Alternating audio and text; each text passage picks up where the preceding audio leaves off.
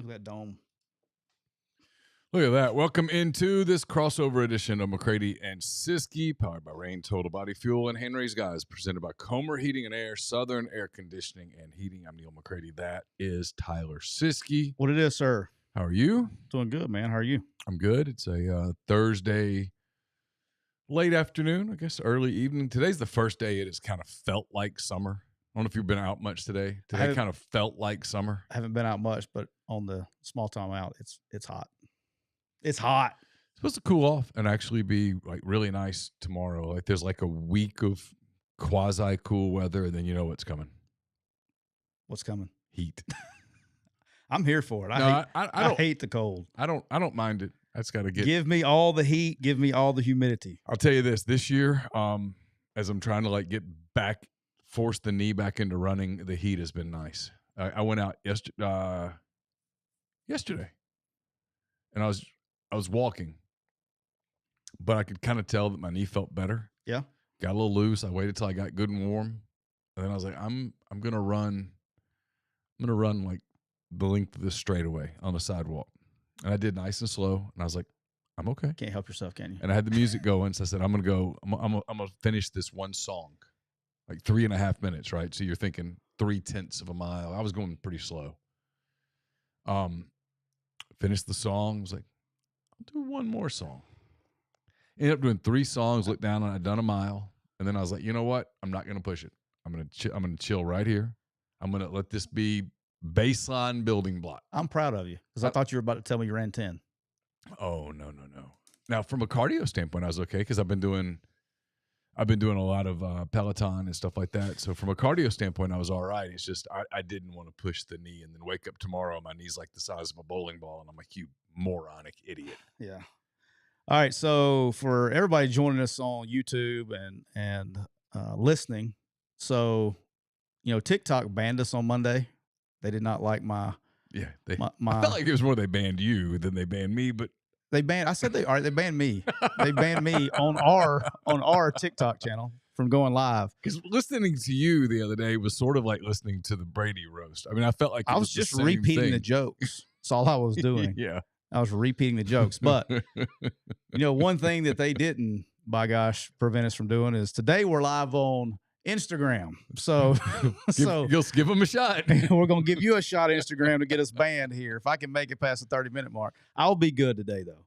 But if you are on Instagram, you'd like to come over to the MPW Digital YouTube channel, look for McCready and Siskey Hand Raised Guys crossover edition tonight. We'll have the phone lines open here in just a little bit. We'll do a little bit of our show like we normally do. Then we'll open up the phone lines and really take it wherever you want to. I can just promise you this show will be approximately 3.5 to 4 hours shorter than the last one was. Yes, it will. Either that or I'll be coming up here tonight to like say good night, Tyler. I'll be long gone. No, it's time.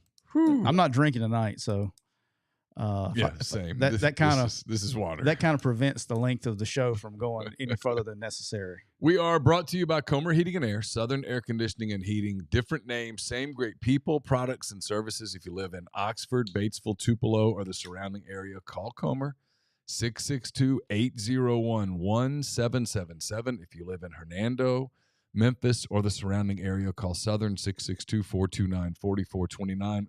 I said this last week when Josh Hendrickson was in. I'll say it again here with Tyler in. At some point in the next few weeks, no later than the first weekend of June, we're going to be giving away an entire heating and air system. Are you serious, Clark? I'm totally serious. So what's the rules? Like, what are we doing for this thing? I don't know exactly. Still kind of figuring that out. You get to come up with it, or they come up with it? He left it completely up to me. So we can have some fun with this. Probably going to have some fun with it. Probably will incorporate you. I want to be a part of this. I don't know how, but I want to be a part of it. An entire air conditioning system, heating system in your house.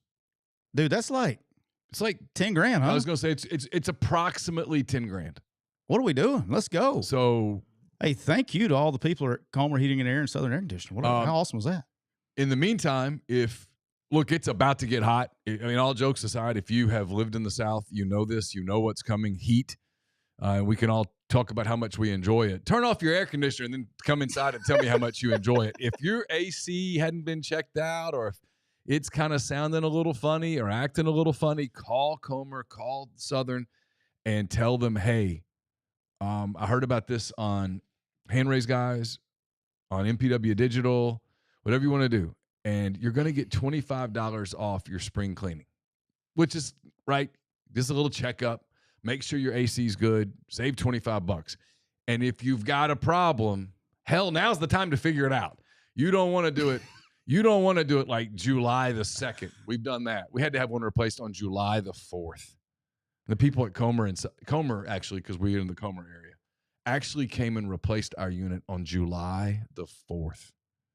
Wow. Because when your AC is not working on July the 4th, that stinks. Ain't nobody happy. That stinks. We're also brought to you by our friends at Rain Total Body Fuel. 300 milligrams, natural caffeine, BCAAs, electrolytes, zero sugar. It's got what you need to push the limits and achieve your goals. Check them out on Instagram at Rain Body Fuel to learn more. So we got a message on Instagram Live from AJ McCarron. Okay. So he told me that my ass better stop eating so much. Thanks, AJ. I have AJ on the list today. The camera does add some pounds. What's this angle, man? And I don't give a shit. So I could do the sexy angle. I could go and get the little where it's not shining up my neck. Where you do what the girls do and it's like this. Yeah, it's definitely not from the bottom. Yeah, it's definitely not from the bottom, but it'll be all right. AJ's got a big one this weekend. I got him down on the we can go ahead and talk about it since he'll be here for about 2 minutes on the Instagram. First time is pretty cool. His first time since college. It's been 11 years. He is going back and playing in the state of Alabama this weekend. How about that? Big game in the UFL. The Battlehawks only lost one game playing Birmingham's, who's undefeated. So really big. It's actually two really good teams. It's not even close. They're head and tails the best two teams in the league. But it'll be good. I'm excited for him to get to go back and play. He's playing really well. Excited to see him go back and play back home. First time since kick 6. We got a question from Chuck about did he miss Neal's trip? Did the knee delay that? The knee kind of did delay it, but we're out of that now. We're just trying to figure out. Yeah, got to get sponsored for that. So if anybody wants to sponsor that, reach out to us. If you want to sponsor my trip to wherever the hell Tyler's sending me. It's not even that expensive either. I've already priced it out. Get in touch. Get lots of pub, lots of social media exposure. I'll be sending video back to Cole and Tyler. They'll be posting it. So you're going to get a lot of TikTok, a lot of Instagram, a lot of Twitter. We'll do a show, all that stuff. So yeah, I can't. All right. So, yeah, we got to get a sponsor. I know where you're going. Okay. Can't tell you yet. Okay. But we know where you're going. I got it priced out. Kind of know the legs of the journey I expect you to take. Okay. Knowing you, I know how, because once we land you there, there's only you look at the airport we land you in from Memphis, and you look at the routes that you can take from there. Is my flight from Memphis to wherever I'm going a direct flight, or is it a connect flight? It is a connection. Okay. It is one connection though. Okay. That's not bad. One connection. I was concerned that I was going to have like 3 connections to the one middle connection. of nowhere. One connection. Okay. And then coming back, your first leg, if you fly your first leg, which I assumed you would, if you don't, then that's great, but that would be crazy on your end to start your leg on the front end. Okay. But yeah, it's not anywhere. I will say this: you're not going anywhere in any bordering states. Okay. Which I didn't think you assumed that. Yeah, I've made no assumptions. Okay. You are in the United States. You do not need a passport. That was the rules. That was the rule because I don't have one yet. We're in the process of getting one, but I don't have one yet, and won't have one in the next few weeks. Yes. Austin, thanks for the super chat. He says, have y'all been keeping up with the Arena Football League debacle? New Orleans' team just had to disband due to lack of revenue. More are expected. I've not been keeping up, but that doesn't surprise me. I knew that there were some issues on some other teams. I have not heard that one. So, but yeah, I'm going to have to bust AJ's ass for calling me fat on my own show. Hey, you'll get there too one day too, son. Well, it's a funny thing. I have a troller who's called into the show in the past. And it's funny that and you and AJ are buddies, so y'all bust each other's balls Can I say that on Instagram without getting in trouble? Well, we're fixing to find out. Okay. This person doesn't know me. Okay. Okay. And you got to work on your insult game. Now, I'm going to say this real quick. Get it out of the way. All right. When you call me fat, look, it hurts my feelings a little bit, but I get over it really fast because, hey, I'm 54 and I look better than most 54-year-old guys. And I'm at least trying. Yeah, I don't even try anymore. Yeah. So, okay. But the one that gets me, man, this is the one. When you call a 54-year-old guy who's been bald for more than 30 years, who started losing his hair in high school, that one just doesn't sting anymore, man. At 24, if you pointed out my baldness, it might have gotten to me. It would have gotten to me. Because at 24, if someone would have offered me a head full of natural hair, would you have taken it? I would have done most anything for that. Probably even at 34. And then at 44, you're like, I don't know. I've kind of gotten used to this now. And if you offered me a head full of natural hair today, my response would be, can I think about it? You'd have to think about it? Yeah. Give me a couple of days? Just give me a couple of days to think about it. Of course, now where this person crossed the line is, you can say whatever you want about me. I kind of ask for it. I'm in the business, right? When you do this for a living, you put yourself in front of a camera. You know there's going to be criticism. You got to have a little bit of thick skin. And mine's not the thickest in the world, but it's thicker than. But you don't get to say stuff about my kids, man. No, you don't. That's where you're revealing your immaturity, probably your age, and just word of advice. That's a really good way to get your ass kicked. That's a really. You said that without getting ragey too. It's just being real. That's a really good way to get your ass kicked. You can talk about me, but you don't get to talk about my kids because they didn't sign up for public stuff. No. You don't get to do that, bud. So you're out there in the event that you're listening. Probably is. I'm trying to be nice. If you do that on the streets, you always like to talk about the streets. If you do that on the streets, that's a really good way to get your ass kicked. Probably is. All right. You good? Yeah, I'm ready. Right, good. Yeah, let's go. I'm in a good mood. That mood could change at 8:30 tonight, but right now you're in a good mood. Right now I'm in a good mood. Thunder and Mavericks tonight, game 2 of the Western Conference. Have you seen the totally off topic, but not really? But have you seen the guy who bet $100 last year for the Rangers to win the World Series, the Kansas City Chiefs to win the Super Bowl, and the Oklahoma City Thunder? He did $100 parlay. Carson was telling me about this to win $1.7 million, and he can cash. You know how the apps have the cash out. Yeah. And so it's like before the series started, it was at like 75,000. Okay. And so he was at game 1. And I think every game they win, the cash out goes a little higher. It's kind of like that. What was the game with the Deal or No Deal? Deal or No Deal. Thank you. Yeah. Howie Mandel. Yeah. Speaking of bald guys. Hey, another bald guy. Yeah. Boy. All right. If I were advising him, what do you do today? Yeah. I'd ride it out a few more games. You're up 1-0. Because you got at least 2 more games right. You got at least a decent shot today to go 2-0 to beat the Mavericks. Yeah. Now, look, the Timberwolves look like a rolling ball of butcher knives right now. Well, so do the freaking Thunder, man. They do, but now you're playing with money. Because what do you put, $100? That's $100. So if they beat the Mavericks, you got to think his buyout would be $150. That would be the Western Conference Finals. Because now he's down to 4 teams. They're 8 wins away from a championship. It would have to be probably, I'd say, hell, maybe like 150, 200 probably after the series. I'd be tempted. Because it would probably peak after the Western Conference Finals. It would probably peak at 900. Probably get to 450. Yeah, I'd have to take that. You're one of the last 4 teams, probably 450-ish, 425.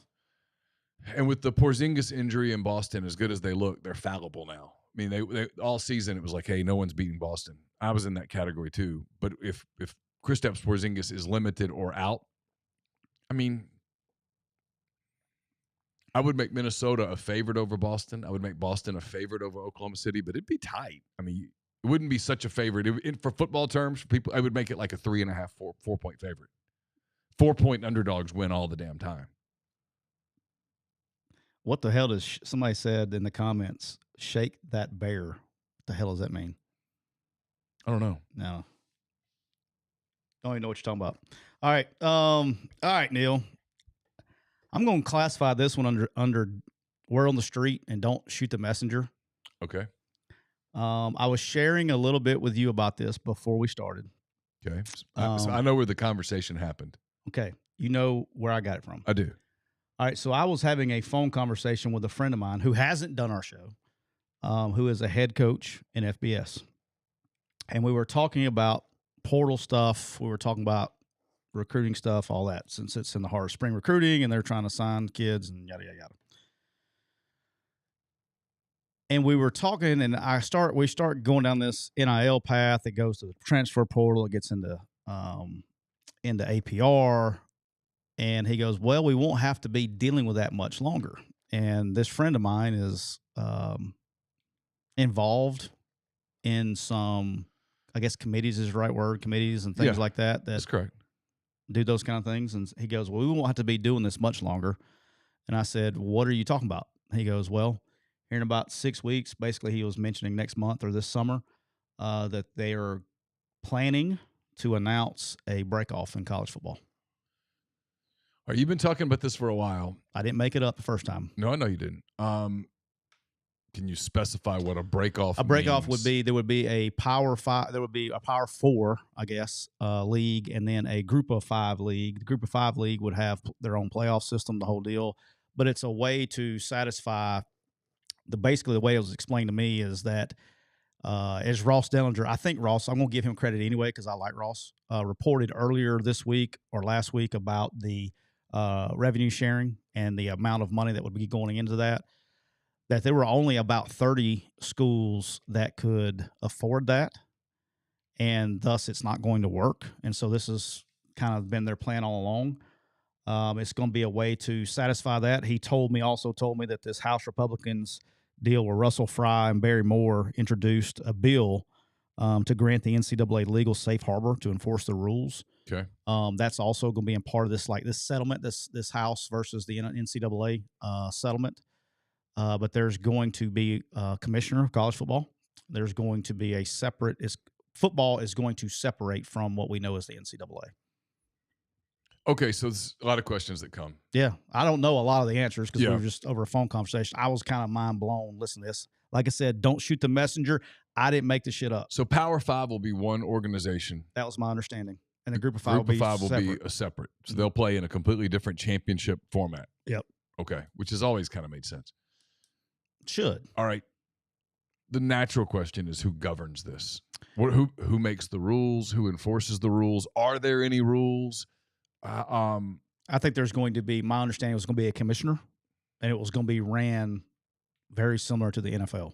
And the players are going to get paid. There's going to be salary caps, revenue sharing with quote unquote salary caps that everybody can afford, and those kind of things. I think they're going to. I won't even bother asking you the salary cap question because you don't know the answer. Yeah. How do you set a cap without collectively bargaining? How do you collectively bargaining without unionizing? How do you unionize without becoming They got that employees? problem now, right? Right. I mean, it's why I keep. Yeah. They got this problem now, but I've had someone say, "Hey, what do you have planned for the summer?" And it's like, well, what I'm really hoping to do this summer is to avoid this topic as much as humanly possible. Well, you may have to now. The one thing that I did find interesting is we were joking about, and I do still read Ross's stuff, even though I don't want to talk about it much when it comes to this. But I don't know if you read it or not. He was talking about the players' unions and things like that. Well, hell, in Ross's last article, there were like 3 different unions that are kind of like they're like fighting to see who can represent the players. But you're not going to be able to get. This is how I was explained to it, because I asked about, well, what union are they going to have? And he's like, well, it doesn't matter. You're not going to be able to get 13,000 kids in one union. They're not going to do it. No. And so I don't know, dude. I just know that was told to me today. I was a little shocked. Yeah. I knew I was told this was going to happen a year from now. What, 6 months ago? We talked about it 6 months ago that it was going to be a next summer thing. But I think they're going to try to get it in place. And so what does this mean for the NCAA? I think they're just going to govern everything else. The other sports. That's why they're trying to get all this so they don't get sued because they're not going to have the same revenue. Okay. Again, don't shoot the messenger. I didn't say it. I'm just delivering what I was told. And I thought that was interesting. No, it is interesting. And I know where you got it. So if that person's wrong, I'll be surprised. He would know. Yeah. He knows more than we do. I'll tell you that. Thank God. Like, I don't want to know that much. I would like to be, like, I'm not even joking. There has to be some common sense put to this because I'm literally, there's almost like there's a light at the end of the tunnel. I just hope it's not a fucking train. You know what I mean? Yeah, I mean, I'm a broken record on this. I've got so many questions that people can't answer, and that makes me wonder. Once I get better educated on, I can answer. Yeah, I just did. It was a phone conversation. It makes me wonder if there are answers just yet. But maybe if they break away and have their own organization, they can begin to come up with those answers. Yeah, I'm rocking Big Dog Banks on the on Instagram. I'm rocking the Kiwi Blend today. Kiwi Blend. Did you see where you'll like this part? How about our boys at Arkansas? Your collective signs. Well, I only give to the baseball collective. Okay. Yeah, I don't. You don't do football. I give to Florida basketball. Todd Golden and the Gators. I give to Arkansas baseball, of course, and then I'm going to give to football collectives for like the big winners. So whoever they are, probably Texas right now. Arkansas signs Monte Harrison, the professional baseball player, just retired, who used to be he was a 4-star receiver in the 2014 class. Mm-hmm. He had a cup of coffee in the league. He played, I think, like Angels and Marlins, I think. Did I see that right? 100 games, 40 games, something like that. Not a lot. He had a cup of coffee. More than most people play, but sure. Yes, it's very difficult. More than I've played in the majors. Yes. Of all there can't be a harder sport to make it professionally than baseball. He's 27. So he'd be 27, 28 years old, so it's 10 years, 28. So he's walking on at Arkansas to try to play football? Well, they technically signed him, but he's free because Major League Baseball pays for your education. Right. We've done this in the past, workplaces I've been. I tried like hell, as recently as the last time I was at Ole Miss, every stop that I ever made up until I got out of coaching, I tried like hell. I mean, I made the call I'm talking about the day after baseball season ended. I made the call, and I would make the phone call probably once or twice a month, every single off season. I tried like hell to get Destin Hood to come back and play football. I tried. Yeah, I remember him. I tried. He just didn't want to do it. Yeah, I know AJ's on here. He'll probably agree with me. I've coached a lot of good players. In all of my life, I have never coached a better football player than Destin Hood at any level. How far did he make it in Major League Baseball? He got a cup of coffee. Did he? Yeah, he had some. He was blowing through the minor leagues. He was a what do they call the pick between the first and second round? The compensatory round. Yeah, so he was a compensatory round pick with the Nationals, and they gave him. He got 7 figures to sign, but then they gave him. I remember they gave him. I think it was like $200,000 every single year that he. Every single year that he reported back to spring training, they gave him a $200,000 bonus for like 5 years. But he, without question, the best football player. He signed with the University of Alabama out of high school. Yeah. So you were trying to get him to come to Ole Miss and play? Wherever I was at. Ole Miss the last time. I've tried to get him at South. Did you ever get close? No. I thought I had him a little bit, thinking about it a little bit, twice on 2 different occasions. Once at Alabama, once at Ole Miss, the last time. But he was blowing through the minor leagues. He got a wrist injury sliding into second base. Missed the rest of that year. Started going back through it again. Did the same exact injury again. Reset, and then finally made it. Got called up. Was with the Marlins, I think, when he finally got called up. Played like the end of the year, when they call you up. Yep. And September then started the next year, and then that was it. But I was like, it's just so hard, dude. man. I've seen a lot of kids hit baseballs in my life. When it left his bat, I mean, it was different than everybody else's. Like, it's amazing how good of a hitter he was, and he barely made it. Yeah, I You know what I mean? there's a guy in the Cubs system named Matt Mervis, first baseman. He's been called up twice now. He came up last year, was crushing AAA pitching. You know how good AAA pitching is? Pretty good. He's crushing it. Gets called up, can't hit it all. Goes back to AAA, crushes it again. Gets called back up, just can't handle it, whether it's mental or whatever the case is. And I don't mean that as a criticism, because I've always said, man, I mean, you watch major leaguers go through slumps. Like Dansby Swanson's in a slump right now. Ian Happ's in a slump right now. Those are all-star caliber players. And the filth that they face every night in the batter's box. You stay, your ability to stay positive, to just stay even keel is, I can't imagine how dark it gets at sometimes. It's just impossible to hit. Some of those guys, we're about to talk about one of them that I think is about to have a big time career. Some of those guys, hitting those guys is impossible. And you have to forget it, move on, learn from it. It's very, very hard to stick in the bigs. I just had another one of my favorite players just joined us on Instagram. A lot of people like, because I know their names. They're not some random name. Mm-hmm. So had one. What's up, Stock? I see my man Stock in there and on Instagram. Yeah, but dude, he was so good, man. I mean, at any level I've ever been at, you couldn't cover him. And I need to get AJ to tell the story whenever he comes back on after the season. But we played Williamson in the semifinals, and they were good too. And we had an entire, we ran it, I don't know, 6-7 times in the game, Neal.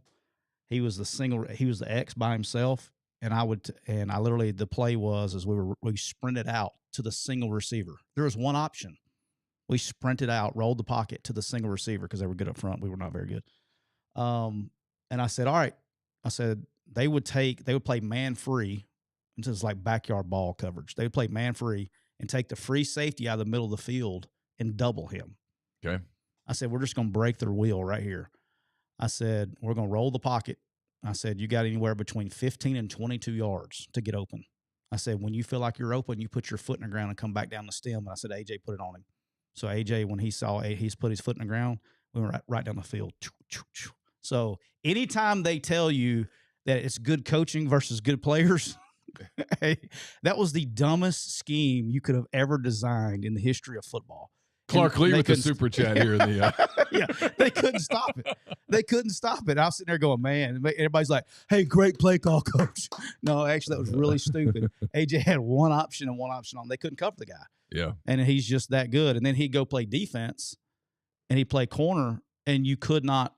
I mean, he's 6'3", 205, was the fastest guy on the field. I'm telling you all this. He's the best player I've ever coached. On the same exact team in the same class, we had the number 7 overall pick in the NFL draft. He is the best player I've ever coached. Wow. Yeah, I remember the hype around him. And he was a late bloomer. Like, he was just a guy. And then in his junior year, late in the years, where he started coming on, he called, I remember against, I guess his official coming out party, he went for like 250 one night at McAdory.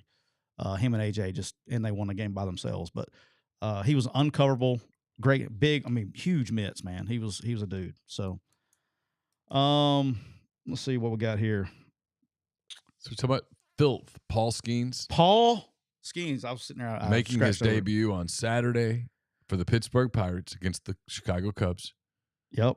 Read a big story today in The Athletic. It was about the Pirates' plan. They drafted him number 1 overall last season, so he's not even been professional for a year. Thought about letting him break camp with the team. Is this a contract thing? I don't think so. Somebody said it wasn't, but then no, isn't it always? He didn't think it was. They talked to him about it last year about, hey, here's kind of what we have planned. They just didn't want to put that kind of pressure on him. They wanted him to be able to sort of ramp up this season slowly. You don't get to ramp up slowly in the major leagues. It's go. At Indianapolis, they were able to manage his pitch count a little bit, manage his workload a little bit, make sure he's good, let him get acclimated. Let the season get going. Don't make him start game 4, of the season where you're sitting there with the big club, all that stuff. Look, I'm sure there's some service time stuff here, which you can't blame the Pirates for, number one. And then number two, they're going to try like hell over the next 2 or 3 years to come up with some lucrative deal to buy out a couple of his arbitration years and extend his free agency window out a year or two. I mean, I think they communicated with him pretty clearly. What's amazing about him is that dude is averaging 100 miles an hour with his fastball. He throws 4 pitches. When he got to LSU, when he got to Air Force, he was a catcher. I heard him talking about that. He didn't start throwing gas till late. He was a catcher, and he was their closer. Junior or senior high school? Something like that. Yeah, start before he even. And then his sophomore year at Air Force, they said, we're going to do the Shohei thing. He started 15 games and then hit. And so when he went into the portal, everybody was recruiting him as a two-way guy. And what got him to LSU was that LSU said, we just want you to pitch. And he knew that was probably his path. And so that's what they started working on. And he had to work because he always lost a lot of weight during the season. Yeah. And he had to work on keeping his weight.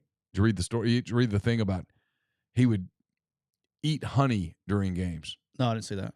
And the pitching coach at LSU at the time, who's now the head coach at Georgia, I believe, he said that Skenes would go through half a bear a game of honey. Damn. Because apparently he would burn 5,000 calories in a day pitching. That's crazy. Pitching with that level of force and all that he does with his legs, the lower half. And Don't need a freaking insulin pump after that. half a bear. That's a lot. Everybody goes, that's not much honey. I'm like, That's all a right, lot. go drink half a bear of honey and holler back. Yeah, holler back. Half a bear of honey. Dude, I'm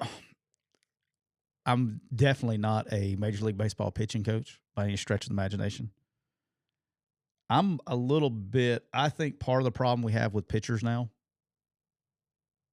in major leagues is I think we baby them too much. If you want to pitch hard, you have to train hard. I think when you're doing all these, I think a lot of the injuries, quote unquote, that we're having, not a lot, I think it has something, my opinion, buy you a cup of coffee.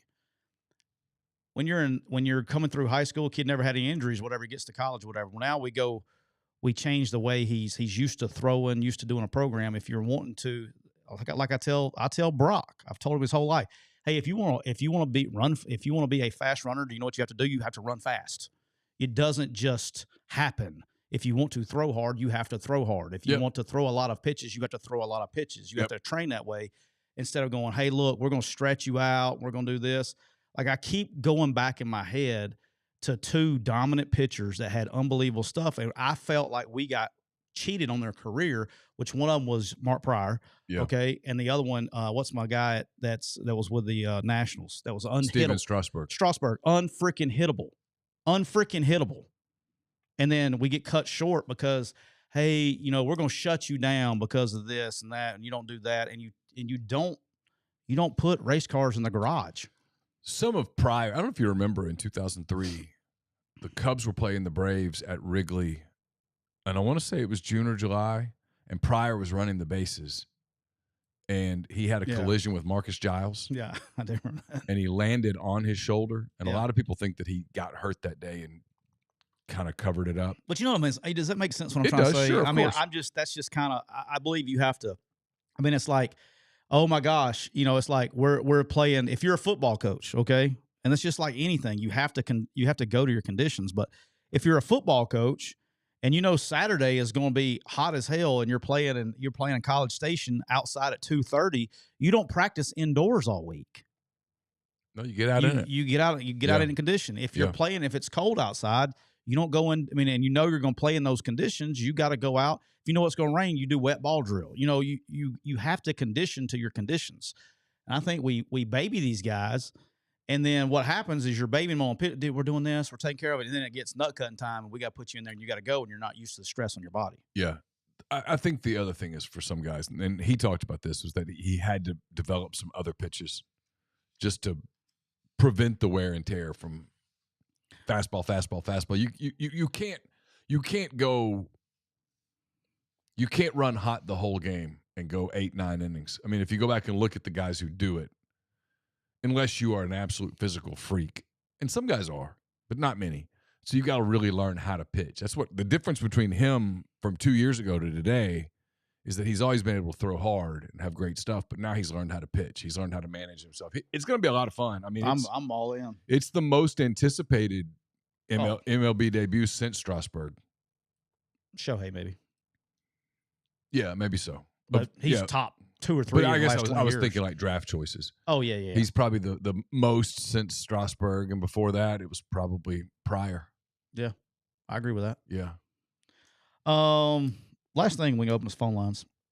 I didn't know if you saw this. Did you see that the college basketball tournament, NIL college basketball tournament that they're creating in Las Vegas this next fall? Yeah. I think it's a great idea. Mm-hmm. I think there was I can't remember who wrote it for The Athletic. They did not like the idea.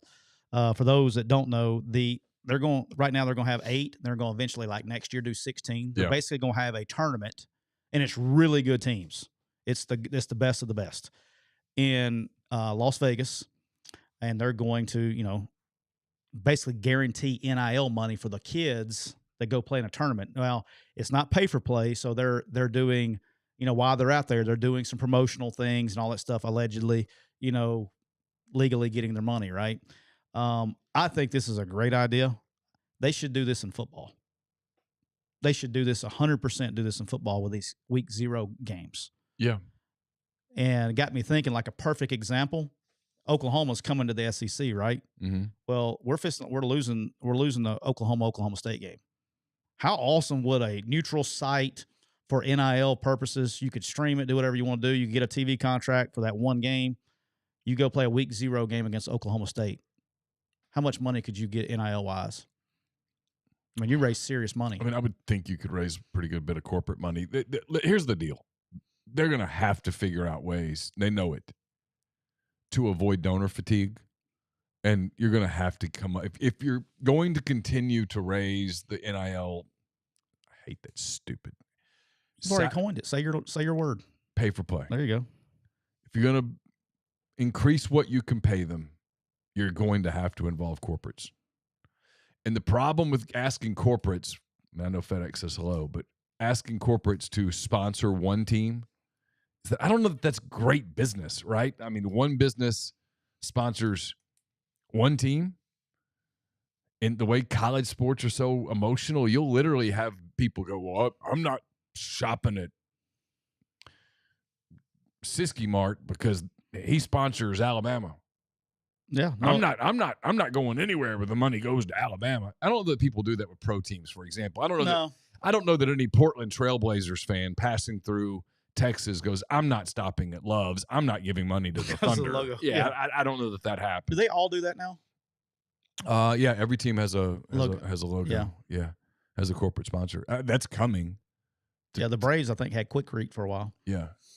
But I do think that could happen in college. So this would be an opportunity for like in Mississippi, for example. I think you could get involved on the Egg Bowl, the Iron Bowl, I think it has to be my only thought. C-Spire stuff. My only thought process if you're doing it in football, basketball's a little easier. Sure. With the TV contracts in football, if you're doing a week 0, right?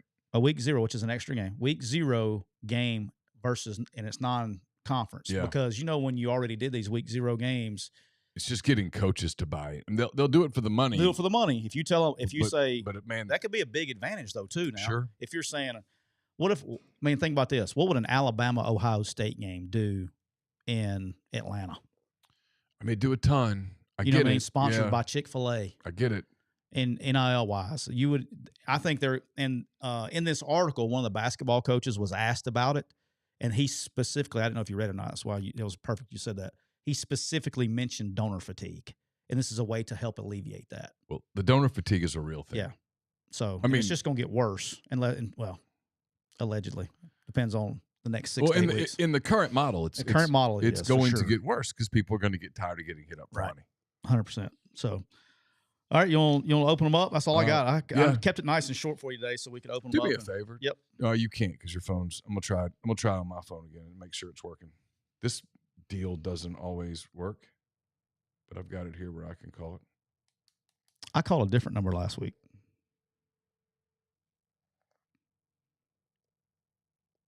You gonna talk to yourself? What's working? So It's working. Yeah. All right. Let me do the. Is that our number over there? Yeah.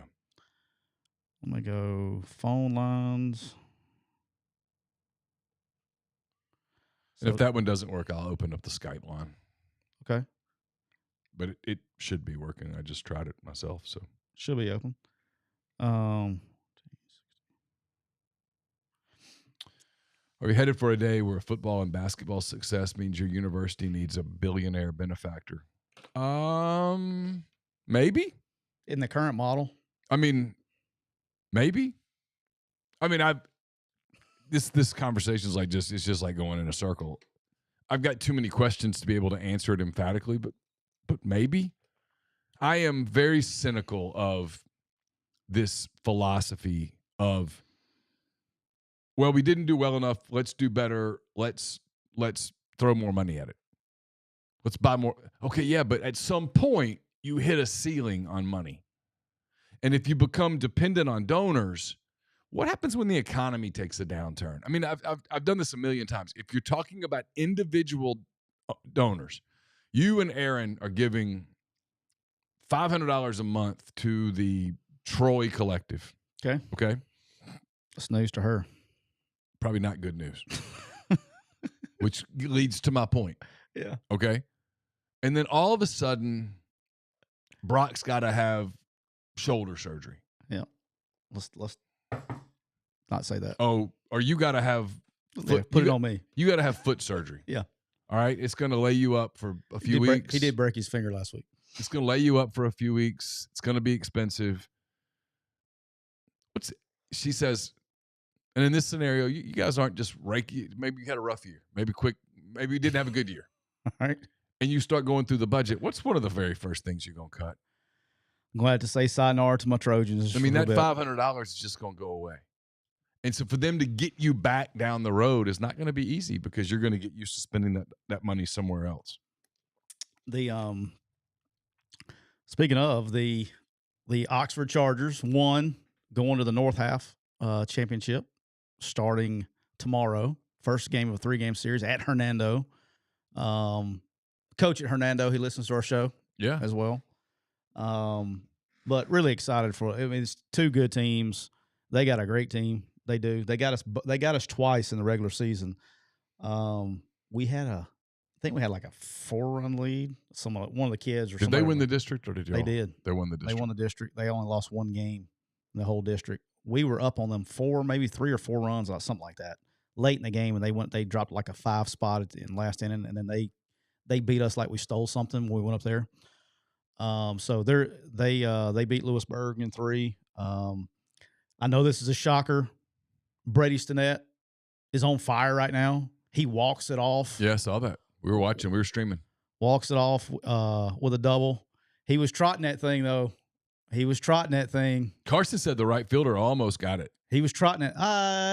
He couldn't. Carson's not a big baseball guy. Yeah, it'd have been very difficult. But he was trotting that thing, and we had runners on first and second. Carson was there though. He made sure some of the soccer Chargers were there. It was packed. Yeah. A lot of people there. Brock went in, I guess, in the 7th to pitch run with one out. I don't remember. And they got him to third. We couldn't get him home to win it. And then we went to, I think it was the 9th inning. But he's hot, man. He hit a freaking Brady just crushed it right center field. He's got power at all fields. It was a 2-2 pitch or a 3-1 pitch? Yeah. I don't know. Yeah. He was working the count. He crushed it. Yeah, he crushed it. So he's hot. So I imagine he'll be on the bump tomorrow night up in Hernando. So mom and dad, happy Mother's Day too. All the mothers come in. Yeah. My mom and dad are coming in, I think, tomorrow to come in to watch the games. And good. So got Friday at Hernando at 7 and then Saturday night in Oxford at 7. So for game 2. So I would be there if I could be. Yeah. I'll be there. I'll hold it down for you. How about that? I'll be sending positive vibes. Positive vibes only. I'm making the drive to Vicksburg. Let's go. Vicksburg. Ain't nothing like a trip to Vicksburg on Mother's Day weekend. Yeah, man. It's got games on Saturday and Sunday, 5 o'clock. A little over 3 hours. not that bad. It's not bad. I thought it was longer than that. That's not bad. Yeah, I was very happy that we won Monday night. Didn't have to go down to play on go back down to Madison on Tuesday night. That would have made a long week because I was wore out. Whenever I go, I'll go to while Carson warms up. I'll go find some pickup games to see if there's any basketball players that can play for Todd at Florida. I just kind of keep checking it out. If there is, I make a payment. You're rotten, man. You're rotten. There's been a lot of, I've been seeing a lot on social media about the old Florida Gators this past couple of weeks. My man Cole Kubelik went in on them. Yeah. A lot of, I do think they're going to be better. Their schedule is freaking brutal. I will say this: the end of their schedule is terrible. I mean, oh my God! I mean, the whole thing. Like, I don't know why they would schedule Central Florida. Like, who did that? Like, you're asking. That is just not a good. That is not good. To schedule Central Florida for that game at home. They open up probably. There's two, I guess. I don't know if it's week 0, week 1 games that I'm all in on. I'm all in on Miami and Florida. That's a big game for the future of both those coaches. All right, throw this at you. Yep. We ain't done this yet. All right. Got a little bit. Just your initial thoughts. Okay. Over-unders, SEC regular season games. So the 12 games. We're not talking about conference title games. We're not talking about playoff games. Okay. So before anybody goes, well, what about – nope, we're just talking about the 12 regular season games. Got to write these down. All right. Over-unders. Okay. Georgia, 10.5. Over. I'm okay. I think they win every game. Okay. They're loaded. Loaded. I agree. Texas, 10.5. Over. I think they're the second best team in the league. Okay. I don't even think it's particularly close. All right. They're loaded. No. Well, here's the trick, though. 5 teams at 9.5. Ready? Hang on. Here's the trick. Okay. Georgia has to play Texas. They're going to Texas. So someone's losing the game. So someone's losing the game. Yeah. I would have to see the rest of Texas' schedule before I said that, probably. I think Georgia's going to win the game. I just have to see the rest of Texas' schedule. You mean to pull up a Texas schedule? Yeah, pull up Texas schedule. All right. Like, who is the, because Georgia got, like, Alabama and Texas. All right, here are the horns. They open with you just read the SEC. Oh, they got Michigan. I'm good. Colorado State, Michigan. Okay. At Michigan. Yep. UTSA at home. ULM at home. Mississippi State at home. Oklahoma in the Red River game. Home against Georgia. At Vanderbilt. Home against Florida. At Arkansas. Home against Kentucky. At Texas A&M. They're 11-1. Wow. Okay. All right. You got Georgia 12-0. 1, 2, 3, 4, 5 teams at 9.5. Okay. We'll start with Ole Miss at over/under 9.5. I mean, I have to take the over. I think 10-2 is the right number. This is FanDuel Sportsbook, by the way. Okay. I think 10-2 is the right number. There's a couple of landmines that they got to get through that, like, I think they're going to be up for games and things like that, but they got to go play the two that I would be worried about, an Ole Miss fan that I think are difficult. What's wrong? Carson. The garage door opened. Oh, I thought I heard the damn Rizzo the dog will come up. Oh, no. But he won't go down, and I thought I heard Rizzo. I heard the garage. Okay. And so that means I have to carry his big ass down. Yeah, I would say over. The games that I guess everybody's kind of chalking them up as dubs that are just tough trips. Going to South Carolina, if that's a night game, you should beat South Carolina by 70 points, but that's just hard. A lot of people losing that place, and then depending on where Florida is, because that's at the beginning of the gauntlet. It's at the end of the year. I'm talking about where they are as if they're playing well. That could be going to Gainesville is tough. I don't care how good or bad the team is. Sure. Those 2 trips are tough. I think they lose to Georgia, and then I think they lose another game somewhere, whether it's South Carolina, Florida, Oklahoma, LSU. But I think 10-2 is the right number there. I think they get in the playoffs. Tupelo Rep says Ole Miss luck equals 11-1 and doesn't go to Atlanta. LOL. I'll be honest, 11-1. You don't want to go to Atlanta. 11-1 and not going to Atlanta. That's a win. Lane Kiffin would sign up for that right now. You don't want to go to Atlanta. I know the sound. Unless you are in line to get the bye, you don't want to go to Atlanta. I don't think you want to go to Atlanta unless you're 12-0, where you have nothing to lose. Yeah. Well, I mean, I think at 11-1 you'd still have nothing much to lose, but because 11-1 is going to get you a rematch with Georgia, and if you lose, you're going to have to turn around and play the next week instead of getting a bye. All right. Here's an interesting one. LSU 9.5. A lot of people sleeping on LSU, and maybe they should be sleeping on them. I'm not saying LSU is going to be great, but it's interesting to me that I think they're going to be good. I think they have some depth issues up front on the defensive side of the ball, which that's why this whole Brian Kelly stuff came up. You know, when he was talking about that quote that came out a couple days ago. Look, I like Garrett Nussmeier. I think they're going to be good. So the number is 9.5. Is that what you said? Yep, 9.5. I mean, that's probably about right. I don't see them going below 9. I don't see them going above 10 because they got to play Alabama. I'm pulling up their schedule. LSU football. Give me the hard ones. All right, here we go. I just need the hard ones. All right. Listeners would probably like to hear the whole thing. Okay, go ahead. All right. USC, Nicholls State, at South Carolina, UCLA at home, South Alabama at home, Ole Miss at home, at Arkansas, at Texas A&M, Alabama at home, at Florida, Vanderbilt at home, Oklahoma at home. 9-3, 10-2. It hasn't changed. Yeah. I mean, I think they're going to be really. There's a reason those buildings are paid for. Yeah. I like Garrett Nussmeier. I think they're going to be really good on offense. And they're going to be good at other spots. I just want to see the depth. I'm not ready to. I want to see the depth up front on defensive line wise, probably. Wesley, thanks for the super chat. He wants to know what Tyler, whatever happened with the apparent huge donor to Vandy's NIL fund. I haven't heard anything different. I mean, just because it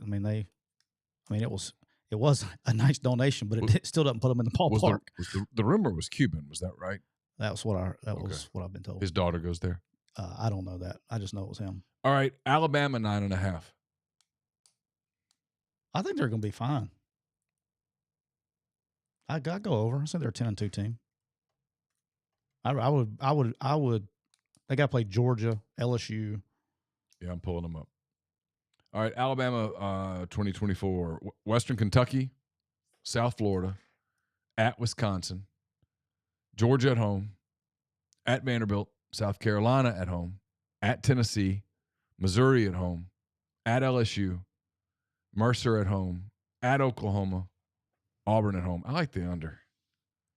What'd you say that? What was it? 9.5. We're talking about five, 9.5 teams. I would. Because you got Georgia as a loss, I think. I would go under 9-3. Tennessee's going to be tough. You got at LSU. You got Missouri at home. You got to go to Oklahoma. Oh, that's a lot, dude. I'm going 9-3, but if you told me that they were, if you told me they went over, I mean, I could see 10-2. I mean, I think they're going to be good. I think coaching wise as a whole, I think they're going to be really good schematically. It's just going to be a matter of how they finish. They lost a lot of guys. They got to go get some depth and do some things in the portal. They still got work to do, recruiting wise. Tennessee 9.5. I'm going under. I think but if you told me over, I'd just take the loss. I think they're going to be. I think 9-3. I know who you're fixing to say. I'm for sure going to say under. But I like Tennessee. I think they're going to continually get better every single year. Here's the Tennessee schedule. Chattanooga at home, at NC State, Kent State at home, at Oklahoma. God, that'll be a monster game in Norman just forget the football part, the pageantry part, the SEC part, all that stuff.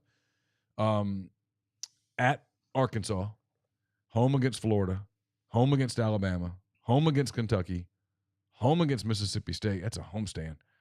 At Georgia, home against UTEP, at Vanderbilt. Yeah, I'm still going at 9-3. I think they're on their way back up. if you told me it was above, I wouldn't just be surprised. I think they're going to be good. I do. Okay. All right. One that I'm interested in. I do not think they make the playoffs. Missouri, 9.5. Under. Okay. You're pretty emphatic there. Why? Yeah. I just don't think they're going to sneak up on anybody this year. Now, their schedule is very favorable. They'll find a way. Their schedule is Murray State at home, Buffalo at home, Boston College at home, Vanderbilt at home. Good start. Let's got that Kentucky vibes on that one. Open date at Texas A&M. Okay. At UMass. Auburn at home. At Alabama. Oklahoma at home. At South Carolina. At Mississippi State. Arkansas at home. They'll go under. I think they're not going to sneak up on anybody this year. Right. And I just look at that schedule and I go, okay, losable games at Texas A&M. All right, let's take this for example. Last year we were like, oh, they're going to kill Florida. Da, da, da, da. Dude, they in this league. Yeah, no, they were fortunate. They were, you know what I'm saying? There's going to be. Yeah. I got them going under. I just don't think. I think they're talent. I think they're good. I don't think they're a 10-win team though. All right, let me. I think they're maybe a 9-win team, 8-win team, but I just don't think they're sneaking up on anybody. Texas A&M. I just don't know. The Aggies, 8.5. Under 8-4. Okay, I tend to agree. All right. Auburn, Hugh Freeze, year 2, over under 7.5. I actually looked at this today. Let me pull up the Auburn football. I looked at it today. There's a way to get them to 8, but it's a path. Let's see what Auburn's schedule is. 7-5 is probably very realistic. Auburn football schedule 2024. The Tigers open at home against Alabama A&M. Cal Bears come to town week 2. New Mexico, not New Mexico State. Breathe easy. Breathe easy. He wouldn't make that mistake again. New Mexico comes in. Then Arkansas comes in. So good start. Should be 4-0. Then it gets pretty interesting. Oklahoma comes in at Georgia. That's the one. If you know how you said, can I get if the football gods came down and told you the result of one game, you could find out the rest of the year. Yeah. I want to know the score of the Oklahoma-Auburn game. Okay. Because that's Oklahoma's first SEC road game. Ooh. And we all know how juiced that place is going to be for that game. Yeah, for sure. And it's going to be the end of a 5-game run there, if I remember right when I looked at it. And then this next 3 is going to define the season after that game. Oklahoma, then Auburn goes to Georgia, Auburn goes to Missouri, then Auburn goes to Kentucky. Then Auburn gets Vanderbilt, ULM, Texas A&M at home before going to Bryant-Denny to finish the season against the Crimson Tide. I will say this before everybody. Well, that 7.5 is right. It's right. There is a path to 8. I don't think that path includes, and if you give them a path to 8, I think that includes a win at home against Oklahoma. Okay. Now, they avoided all kinds of landmines. They did get Georgia and Alabama, which they get them every year anyway. They avoided the LSU landmine. They avoided the Ole Miss landmine. They don't, you know what I'm saying? Like they avoided, that's not a terrible schedule for them. That's why I like the Ole Miss schedule. Ole Miss avoids Alabama, Auburn, Texas A&M, Missouri, and Texas. Yeah. The Ole Miss's path to like having a crazy, I think Ole Miss is in the playoffs. It's going to come down to how they play on the road. It's going to come down to how they LSU, South Carolina, Florida, those 3 games. If you tell me they go undefeated in those 3 games, no question they're a playoff team. I'm talking about a way up there playoff team. Yeah. Ole Miss has those 5 games that I think everybody kind of circles as W. Mm-hmm. It's South Carolina, Kentucky. I'm trying to do it in order. South Carolina, Kentucky, Arkansas, Florida, Mississippi State. Mm-hmm. Everybody goes, those are wins. And my deal is, well, they kind of have to be if the goal is the playoff. Yeah. Well, that is the goal, right? Yeah. If the goal is, and it is the goal, it's playoff or bust. You got to win those games, and you can pretty much bank that a couple of those at least are going to be scary. Yeah. Those 3, Florida, South Carolina, LSU. You tell me the result of those 3 games, what their record is after those 3. If you tell me 3-0, I say, hell, they may be 11-1. All right, Oklahoma, first year in the SEC. Yep. The over-under is 7.5. Over. Oklahoma's schedule, in case you're wondering, and I was, they open with Temple, then Houston in week 2, Tulane in week 3. Our buddy John Summerall takes his team to Norman. Then they get their SEC opener, Tennessee at home, September the 21st. Their first SEC road game, as Tyler just referenced, is at Auburn, September the 28th. Then they get a weekend off to take a deep breath. They get the Red River Shootout, October 12th in Dallas. Then they get South Carolina at home, at Ole Miss, Maine at home, at Missouri, weekend off. I do like their weekends off. The schedule makers were favorable in the weekends off. Alabama at home, and then at LSU. The end is no fun, but they get a weekend off to do it. That over under pretty good. 7.5. Number's pretty good. Number's pretty good. I'm gonna go over. I think they go 8-4. I'm a believer in Jackson Arnold. I think he's the dude. I do too. I think he's real good. I'll tell you this now. You can talk. I know some people who are not. They don't hype everybody who ever puts on an Oklahoma uniform. Mm-hmm. When he was in high school, and there was a lot of talk about different quarterbacks, I can tell you people inside that program were like, the one they wanted was Arnold. And when they got him, they're like, that was our guy. Yeah. And look, I like Venables. I like the culture he's building there. I think he's doing it the right way. I think they take a step, man. I'm excited to see him play now. It's a grind. It's a whole different schedule, but I think 8's probably the right number there. Okay, we talked about Oklahoma. Next is Kentucky. The over-under for the Cats is 6.5. I'm pulling up the Kentucky football schedule as we speak. I know that they come to Oxford in late September, but that's about the extent of what I know about it. All right, here we go with the Wildcats. They open at home against Southern Miss. Then they get South Carolina in town.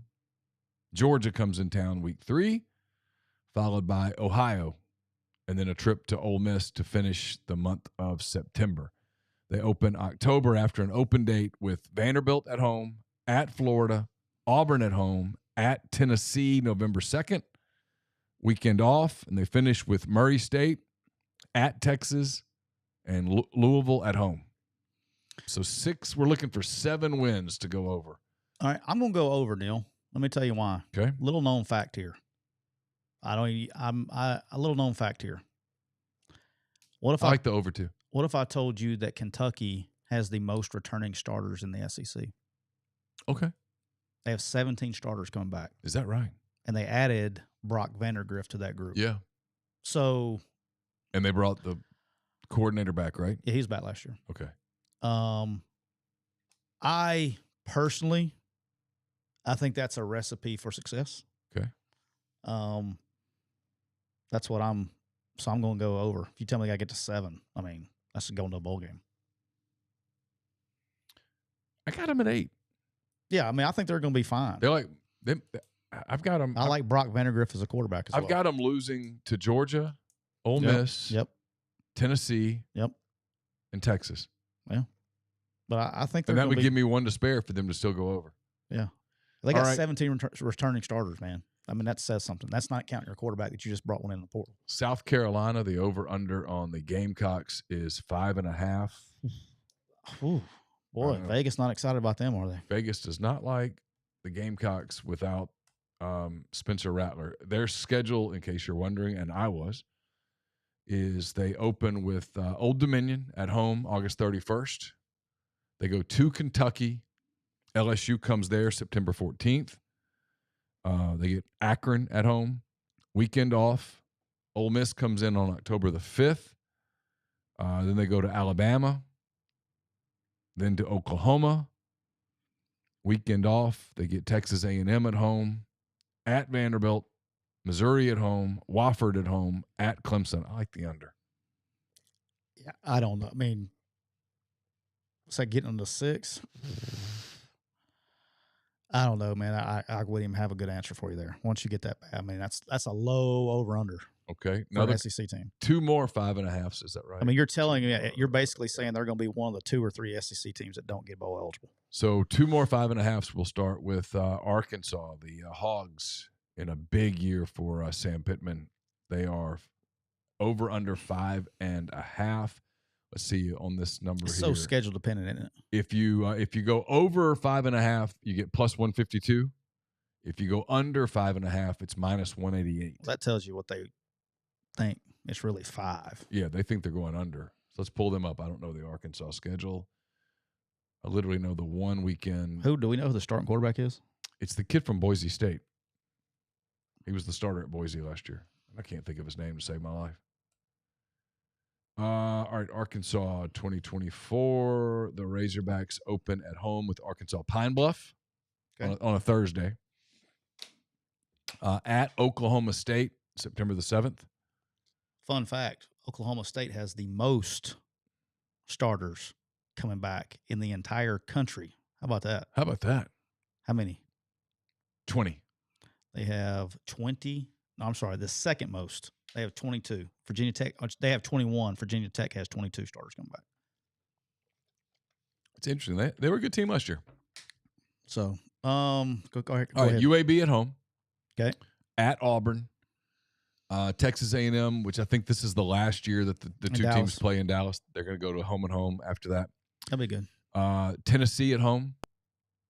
Open date. LSU at home. By the way, I will be speaking to the Arkansas Chi Omegas on that Monday after that's Dad's weekend. Okay. Ole Miss is off. It worked out perfectly for Carolina's senior year. So, hey, notice on what's the date? Monday. Monday what? That would be Monday, October the 21st. We would probably not be having a show on Monday, October the 21st. Or we'll do it that morning via Zoom or something. We'll figure it out. Maybe or maybe not. Maybe not. Plan accordingly. Yeah. I mean, you get invited to speak to your daughter's sorority, you got to go, right? You got to go. Do it. I don't know what the hell I'm going to talk about. But you got time. Yeah, I got time to figure it out. We might have a show that we decide what I'm going to talk about. All right, then at Mississippi State. Okay. They get home against Ole Miss. Open date. Home against Texas. Home against Louisiana Tech. At Missouri. I like the under. God, it's brutal, huh? I mean, let's try to find 6 wins. Pine Bluff, that's 1. UAB, that's 2. No Vandy? Nope. I haven't heard Vandy on any of these schedules. Who the hell's Vandy playing? We'll get to them in a minute. Louisiana Tech, that's 3. Man, I don't know that I can get them to 5. Okay, toss-up games where I could get them. I don't think they win in Stillwater. I don't think they win at Auburn. I don't think they're beating the Aggies in Dallas. Well, we say that every year. That's a 50. That's a true 50-50 game, though, because that game goes weird. All right, so we'll put that in the toss-up category. Although they've only won it once in the last 10 years. Really? It's just close. Are you serious? Yeah. Oh, I thought it was really 50-50. I didn't realize they'd only won it once. Probably not beating Tennessee at home. Probably not beating LSU at home. I guess at Mississippi State is a possible toss.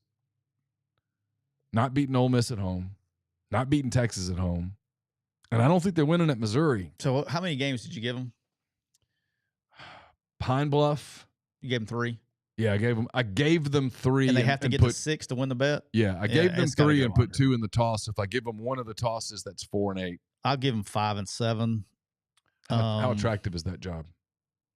I don't know. I think there's some confidence up there that they're going to be better.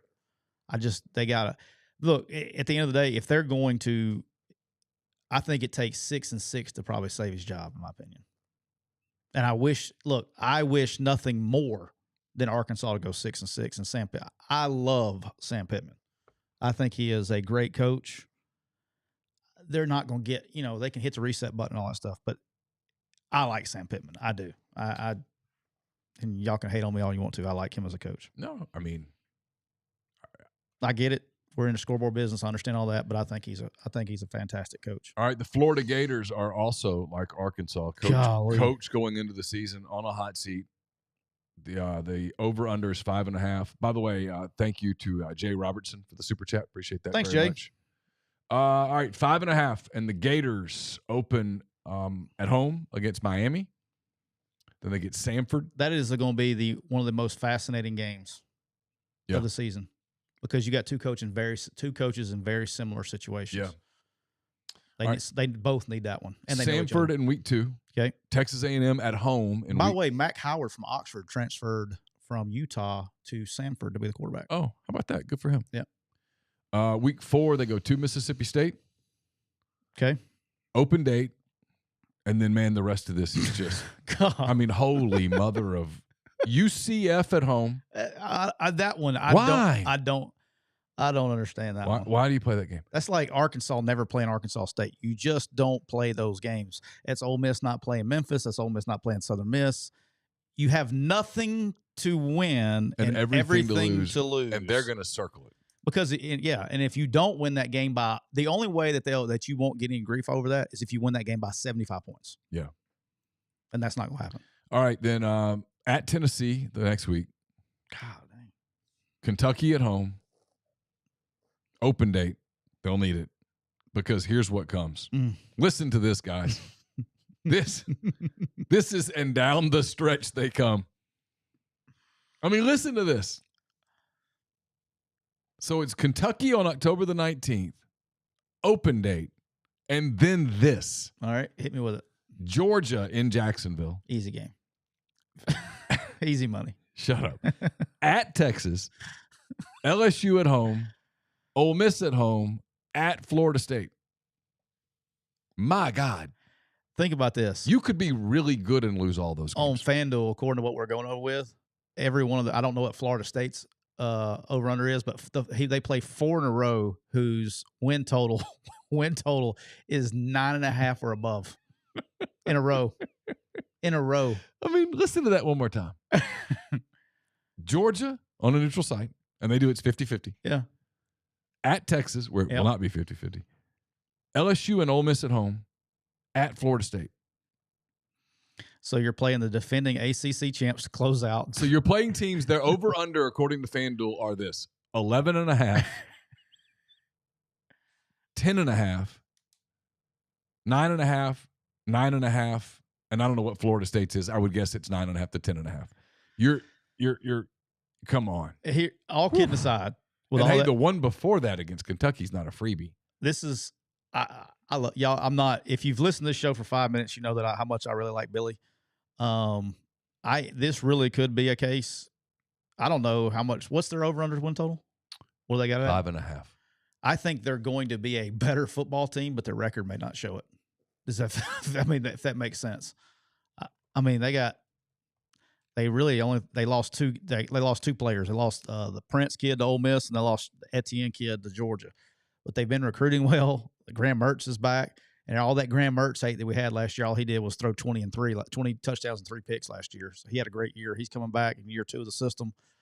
I think they're going to be good, but good's not going to get it done in that schedule, if that makes sense. Yeah, well, that's the thing is, I mean, look, if you give them another schedule, we're having a different conversation. You could tell me that Arkansas, Florida, Mississippi State are all better than they were a year ago, and the records don't show it. Yeah. Speaking of Mississippi State, Tyler, their over/under is 4.5. Okay. All right. 4.5's their over/under? Yeah. Oh, they're gonna win more than that. All right. Let's pull up the Bulldogs year 1 with Jeff Lebby. That's easy money, actually. Okay. Let's break it down. Mississippi State's schedule. They open the Lebby era at home against Eastern Kentucky. Then a week later, they go to Tempe to play Arizona State.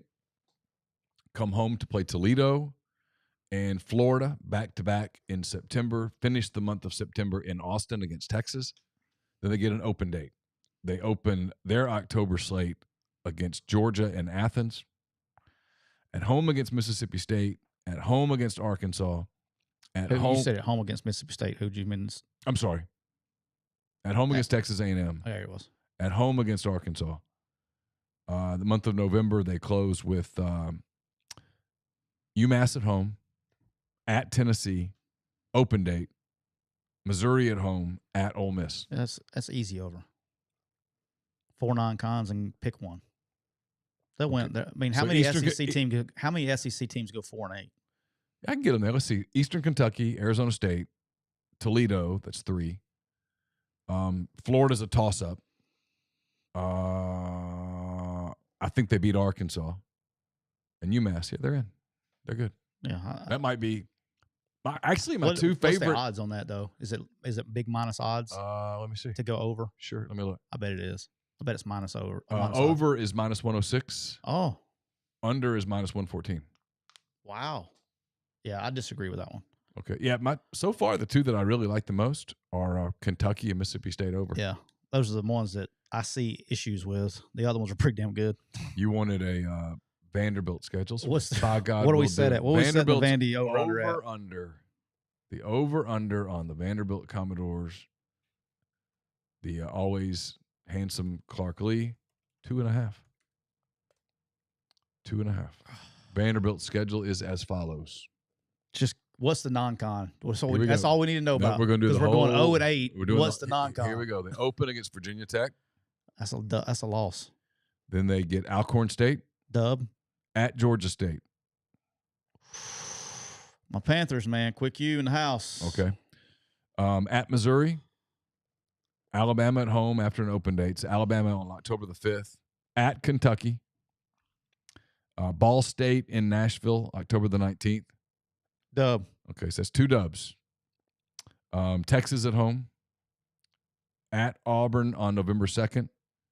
South Carolina at home on November the 9th. Open date, because, by God, they'll need it. At LSU, November 23rd. Tennessee in Nashville, November the 30th. I like the under. All right, here's what we're dealing with here. I don't know. The over-under is going to come down to the Georgia State game. Okay. Because in my mind, I was giving them a loss to Georgia State. I know. And because I think Georgia State's going to be a pretty good team. I'm partial to Georgia State. I know you. I have to let y'all know I'm partial. I know. Partial to Georgia State. You got friends on that staff. That's what it's going to come down to. If you told me they beat Georgia State, I'd take the over. But until then, no. God, 2.5. Come on, Vegas. And I don't know what happens there. I know people go, well, they'll fire him. What's the point? Like, to do what?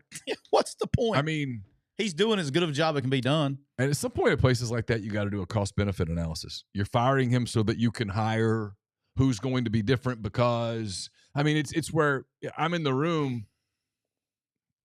It's that knee-jerk thing of firing him. I would say this about Pittman. I'd say it about Napier, right? Okay, fine. Let's continue the conversation. Who are we getting? Who are you getting and what are you changing? And what's changing?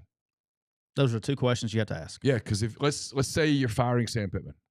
Okay, cool. Yeah, he didn't win last 3 years. If he loses this year, scoreboard business, get it. All right, next question. Because I think sometimes this doesn't happen enough in these places. They make emotional decisions. No, Neal. No, they do. It's why if you ever made me an AD, the first thing I would do is to hire an associate AD who would essentially be my sounding board. And I would hire somebody who had zero connection to the school that I was at. Are you talking about you would hire your own hand raise guy? At 100%. I totally would. And my deal would Can I be it? Yeah.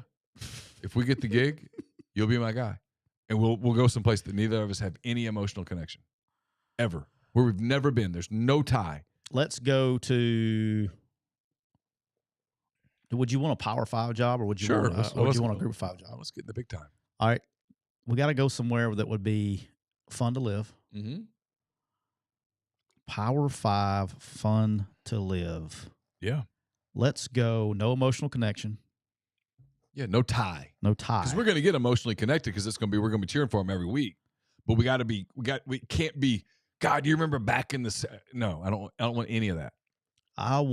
Dude, you know where I want to go? Where are we going? We're going to SMU. Oh, yeah. That's good. Can raise Highland a ton Park. of money. Well, that's why a lot of people think they're new in the ACC. A lot of people think they're a sleeping giant. Got a good coach. Yep. So we can, let's go to SMU. Okay. We can bring back the Pony Express. We're not on TikTok today, Dell, because we're currently suspended. Yeah. Hey, Dale, we are on Instagram though. I did go Instagram Live today instead of TikTok because they didn't get me on Instagram. They just got me on TikTok for repeating. Again, the offense was I was repeating jokes. I was telling Neal about the Tom Brady roast on Monday, and I was repeating one of the jokes, and I said something that TikTok did not like. I will say that roast, and I've listened to the whole thing. I finished it today. How good was it? It was great. Maybe a little too long, but it was great. It was fun. And there was no political correctness at all. I mean, none. No. They made fun of everybody. And it was fun. Yeah. I mean, everybody laughed. Yeah. I was repeating one of those jokes. Yeah. TikTok. Yeah, it was the reason I'm not repeating them now. Well, on Instagram. So we're trying out Zuckerberg instead of the Chinese government. He probably doesn't like those either. Probably not. No, probably not. Nikki Glazer's set was great. Absolutely hilarious. Yeah, she's great. It was spectacular. Kill Tony guy, he was really good. Yeah, he was really good. Peyton Manning was good. Yeah, I just didn't like that I don't complain. I thought it was the greatest show I've watched in a long time. The only complaint I had, maybe now that you've watched it, you get it. Yeah. I just didn't like how they went like professional comedian athlete, right? Because it made the athletes look. I mean, like because they have no delivery. Yeah. Somebody probably wrote them. They wrote their jokes for them. Yeah, and so there was no delivery, and so it made them look worse than they probably actually were. And yeah, I don't know. And then it was as you probably know now. Now you can see why it was also a Gronk roast on top of on top of a Tom Brady roast. But he was great. Yeah, he's good. He was. I don't know that he was all there. I think he's smarter than you think he is. I do too. Yeah, he's buying into it. It's kind of like if I told our listeners that, hell, I only run a business, they'll be like, no way. What are you selling gum? Chauncey says, why do y'all think the Robert Kraft jokes weren't allowed? I've got a feeling because he's older and must be super sensitive to him. And I think that's that whole Tom Brady reverence for him. And Tom Brady was like, that's the one thing that's off limits. You had a whole bunch of former players there. Yeah. And like to the players, he has done great by them. Yes. And it was kind of like, they saw it as like you're picking on my dad or father figure kind of thing. Leave him out. Leave him alone. We got plenty of material up here. Make fun of all of us all you want. Do all the Edelman stuff. Yeah. And, all that, but just leave him alone. Yeah. I thought it was reverence. And probably my guest, and just older guy, just didn't want time. Maybe he's sensitive to it. I don't know. But it was like, leave it alone. It was cool to see Belichick back. For them to be together. He didn't want to do the Robert Kraft thing. He did it. He didn't want to do it. He didn't want to do it. Yeah. He didn't want to do it. He didn't mind doing the one with Gronk and Brady. He didn't want to. But, I get it. I mean. Yeah. In that moment. I get it. Yeah. I mean, I've been fired. Sure. I get it. Yeah, I have too. I've been fired. There's probably somebody that's fired me before I probably wouldn't have a drink with. It'd be hard to bring us back together. I ended up in an elevator once with the guy that fired me. Interesting. Yeah. My proud moment is I saw the guy that fired me on the street and I didn't run him over with my truck. So I was. My proud moment was when he put his hands on Carson's shoulders. I wanted to beat in the elevator. I didn't. It's good. I maintained my composure for two composure. Floors. Got off and Campbell was with us at the time. This was 2016. Yep. Brett Robb at Instagram said there's two types of coaches: those that have been fired and the ones that have not been fired yet. Those are the two types of coaches. Campbell got off. We got off the elevator. She goes, "Who was that? What was that? You got weird." And I was like, "Yeah, it's a long story." Yeah, long story. The Yeah, it was 2016 because earlier that day the Cubs had clinched the National League Central. I love how you remember what goes on in relation to the Cubs. It's bad. Like it's how I mark time. You mark time. I do. Games. I don't mean to. It's not. It's not intentional. Hey, you remember when we bombed Afghanistan? The first time we dropped the ball was when Mark Pryor threw a complete game back in Cubs. But it was a beautiful day. He threw like a complete game, one hitter, only walked 6 guys. Here's a funny story. I was someone asked me the other day about the game. It was my first year on the Ole Miss beat. It was the game where Ole Miss, they had lost at home to Vanderbilt, and they went to Florida and beat Tim Tebow in Florida. And they're like, "What do you remember about that?" I was like, "Well, the night before the Cubs clinched the National League Central, and I was trying to find it on my computer in wherever the hell we were staying." That's what I remember was that. And then it was like, because there was a presidential debate that night, and it was like, "You don't remember the debate?" I'm like, "No, the Cubs were playing, dude." No, don't remember the debate at all. Kyle Wilson, thank you for the super chat, brother. He said, "Would y'all agree to a roast for charity?" Well, first of all, this one wasn't for charity. I saw a number. Brady got $30 million off this deal. Did he? That's what I saw on the internet in social media.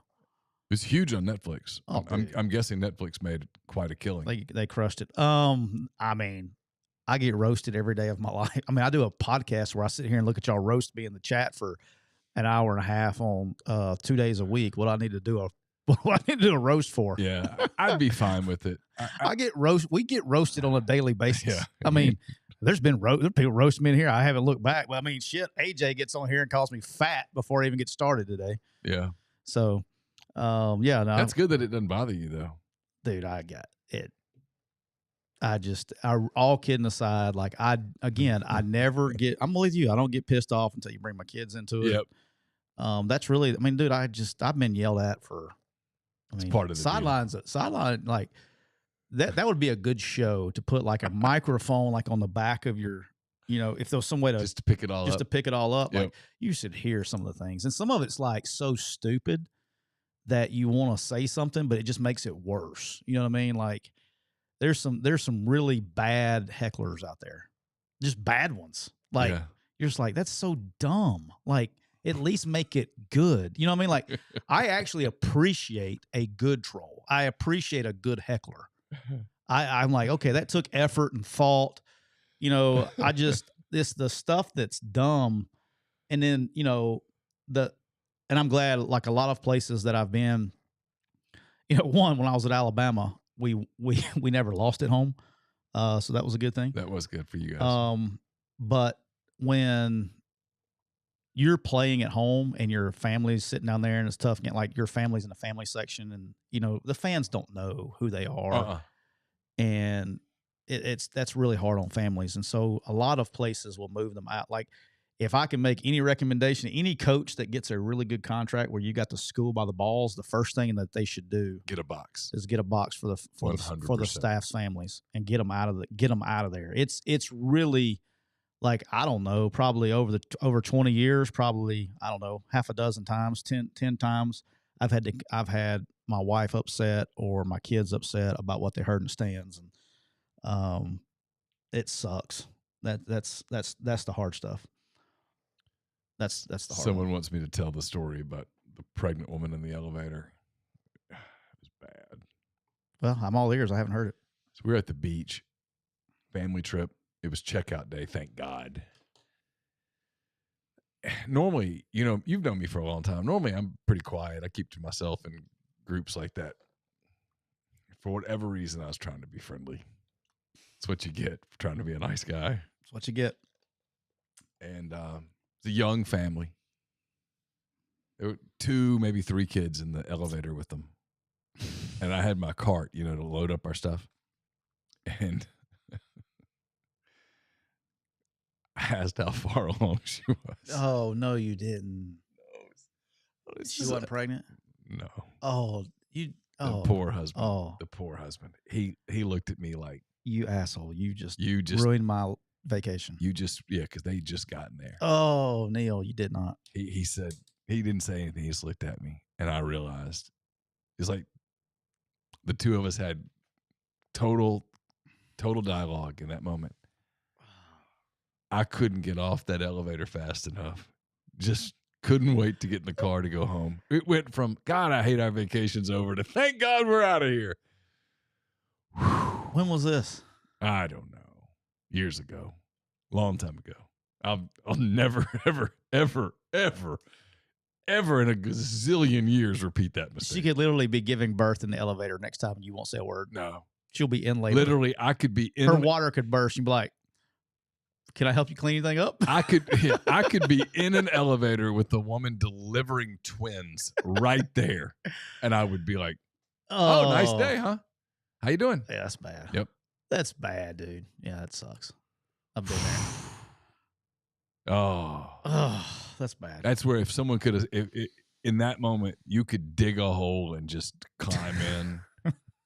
The look on that guy's face, and it was quick too. Because he looked at me like, you just destroyed my vacation. Yeah. Because they got to the room and she said, do I look that big? Do I look fat? And what's his answer to that? What is your answer to that? No, you look great. No, you look great, babe. That guy's an idiot. No. And then she's thinking, I do, don't Hey, one thing I meant to tell this. We'll tell this when we open phone lines if anybody call it. The phone lines are open, huh? They're open. All right, phone lines are open. Y'all give us a call, 662-426-1464. We're waiting on y'all to call. Because it just made me think. I don't know why it made me think of it. We were talking about the Ginger says it never gets old. It doesn't. That's good. That'd be rough. Boy, that's bad. So, Jam was it Gizzle says maybe Siskey is pregnant. Bad joke. I know. Sorry, dude. I'm not that fucking fat, guys. I mean, god dang, does it look that bad? I mean, shit. I mean, I'm about I'm 7 pounds heavier than I've ever. I'm like 7 pounds over normal. Ginger says maybe she finally got that tummy tuck Oh out. yeah, that's terrible. Can you just come on, Ginger? The poor guy. He was like, man, we're gonna go down to the beach, gonna have a few beers. Finally got away from the grind. Gonna let the kids build some sandcastles. Gonna just chill out for a minute. Turn on a little music. Not anymore. No, sir. No, sir. It's not gonna be a good day. All because of some jackass in an elevator. Some guy in an elevator. Not gonna be a good day. Not gonna be a good day. And you know that night when she put the kids to bed, she was still worked up about it. She looked at it. She's worked up for a while over that. Yeah. That one doesn't go away. That ruined the week. Yeah, at least. At least. The vacation was not what that vacation was meant to be, was going to be. Because he was probably thinking, we're going to have some time, family time, playing on the beach, come back up, hang out in the pool, get the kids worn out, put the kids to bed. Have a little vacation time. There was no vacation time that night. Yeah, that's rough. Nope. That's rough. I was going to finish the story. I started a story about the red man with Coach Saban the other day. Okay. So there was a 60 Minutes came to practice to tape a episode of 60 Minutes with Coach Saban. Did a Coach Saban thing on 60 Minutes. Okay. And so they came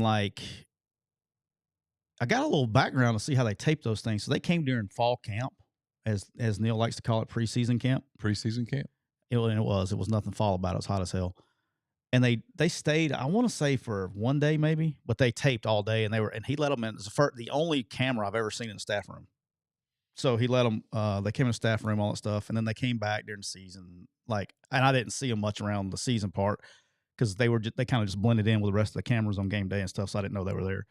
But what's the guy's name? Was it Armin Katayan? Armin Katayan. Yeah, so he was the one that was doing it. I've got an Armin Katayan story, too. You do, too? Yeah. All right, so. Let me tell you who loves him some Armin Katayan. Who's that? Armin Katayan. Armin Katayan. All right, yeah, you'll get a kick out of this. So we come in, so during two-a-days, and I think we had 2 days back then, but during practice, we had I know it was a night practice or afternoon practice, and then we would go eat or whatever. We'd come in as a full staff, and we'd watch the tape because Coach Saban was big about watching when we went against each other, watching that film together. So we're in there watching film as a full staff, and he let the camera in there. Well, he was mic'd up and all that stuff, and he made all of a sudden he goes, "Hey, can you give us a few minutes?" And so Saban says that? Yeah. Okay. He's talking to Armin Katayan and the cameraman and all that stuff. And the guy's got the freaking boom mic and all that stuff. And they leave. And I'm thinking man, I'm in my head when he asked that, I was like, man, I'm trying to think back quick to what happened on that last play. I was going to say somebody's fixing to get their ass ripped or what's about to go down. And Coach was so chill. He had his feet. He was, sitting there watching film. They left. He threw the chair back, put his feet up on the desk. He was like, and that was one of the funniest things he ever did. He's like, God dang, I was about to die in here. And somebody said, Coach, they still got the mics on. He said, yeah, but don't have the cameras in here. So he loaded up a big wad of Red Man Golden Blend, threw it in his mouth, got him a dip in. And then we just kept watching film. So he threw this little Red Man Golden Blend. That's kind of his nicotine of choice when he goes after it. And got his dip in, and then when he was done. He took the cup and he threw it away. He goes. I was because I sat at the end of the table. He goes, let him know, then come back in. So Armin Katayan had to leave the staff room so Coach could have him a dip in the middle of watching film. I thought That's great. That was a good one. So that's his We his went dip of to. choice. I was covering Auburn. They were in the NCAA tournament in Minneapolis. I think it was Minneapolis. Maybe it was Indianapolis, but I think it was Minneapolis. And Auburn took the writers who'd been covering the team all year to dinner at the steakhouse. And Armin Katayan, for whatever reason, was at the dinner. I don't know if you know this, but he's the only person who's ever reported a story. Ever. And steakhouse dinners can take a while. Oh, no. He regaled the entire table with his reporting stories, one after the other, after the other, after the other. You got a Cliff Notes version of last season, 60 Minutes? Oh, my God. I got it there going, I don't know how to report a story. Yeah, it was weird. They shot that, and like I said, it took a long time for it to air or whatever, right? When it was towards the end of the season when it aired. But yeah, I always thought that was funny. Is like he kicked him out so he could, and I don't know, it was like 45 minutes. He had to go sit in the lobby just so he could have a dip. Yeah.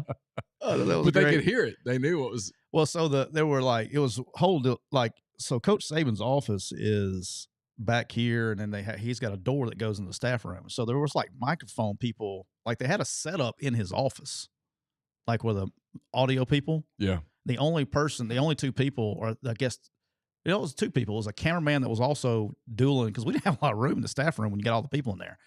So he had sat in the corner, and the guy had, because I'm looking at him, he was to my left corner, and then he was sitting to Coach Saban's right, off to the side with the cameraman over his head with a boom mic. And he's like, "Hey, can y'all give us a minute?" I didn't know what the hell was about to go on. Yeah. And he said it smooth. He's like, "Oh, yeah, Coach. Sorry, we don't mean to intrude." He goes, "No, you're fine. I'll get you back here in just a few minutes." He just loaded one up and just kept watching the tape. Hang on a second. I'm trying to get this person on. Hang on, caller. I'm getting to you. This is a little setup is not the greatest. All right, got AirPlay. Yep. I'll make sure I'm connected here. Hang on.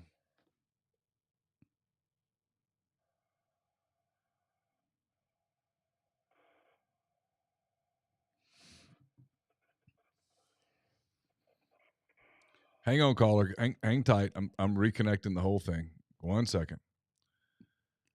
Checking out your producing skills right here. Yeah, it's fine. Just got to get it connected on Bluetooth. Think I'm doing it right now. Yep. All right, so go here. Hey, caller, you're on. Hey, caller, can you hear me? Hey, guys, it's Austin. Hey, Austin, what's up, man? What's up, Austin? How we doing, man? Yeah, man. How y'all doing? Good. Go ahead. Turn your. I'm glad y'all are. I'm sorry. There's a little bit. Yeah, just turn your device down. Where you're just talking to us on your phone. If you're listening to it or something, you got to turn it down. No, I got you. I don't have any other devices. Okay. Going. My bad, bro. You're good. You're good. I just had a quick question. For both of you. So, Tyler, can you hear me, man? Yeah, I got you, babe. Yeah. So, by far, like, of all the stories that you've given us so far, like, to me, the one that I laugh at probably the hardest is the Tommy Tuberville story. And I just had, and that prompted me to want to ask y'all this. So, out of every guy, this is for both of you, both Tyler and Neal, out of every guy you've ever been around in coaching or just in sports media, outside of Tommy Tuberville, what's another dude that if you found out they were all of a sudden a U.S. Senator, you wouldn't be surprised? I'm just curious. That's a good question. I would have been surprised with Tommy, although I guess looking back on it, I shouldn't have been. Senator. Our politics. Let me think. If you know before I do, go ahead. I'm going to go through my Rolodex here. Cliff Ellis. Okay. I didn't know that about him. Never met him. Pretty good people skills, all in all. Has some political chops.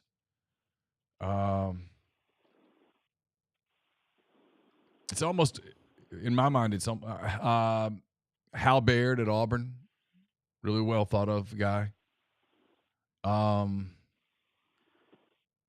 Now, is this? Are you saying like who was like? Who would I not be surprised? Not be surprised, Yeah. like as in, or would be a good one, or Well, just because they have the people skills to like run for an office and win.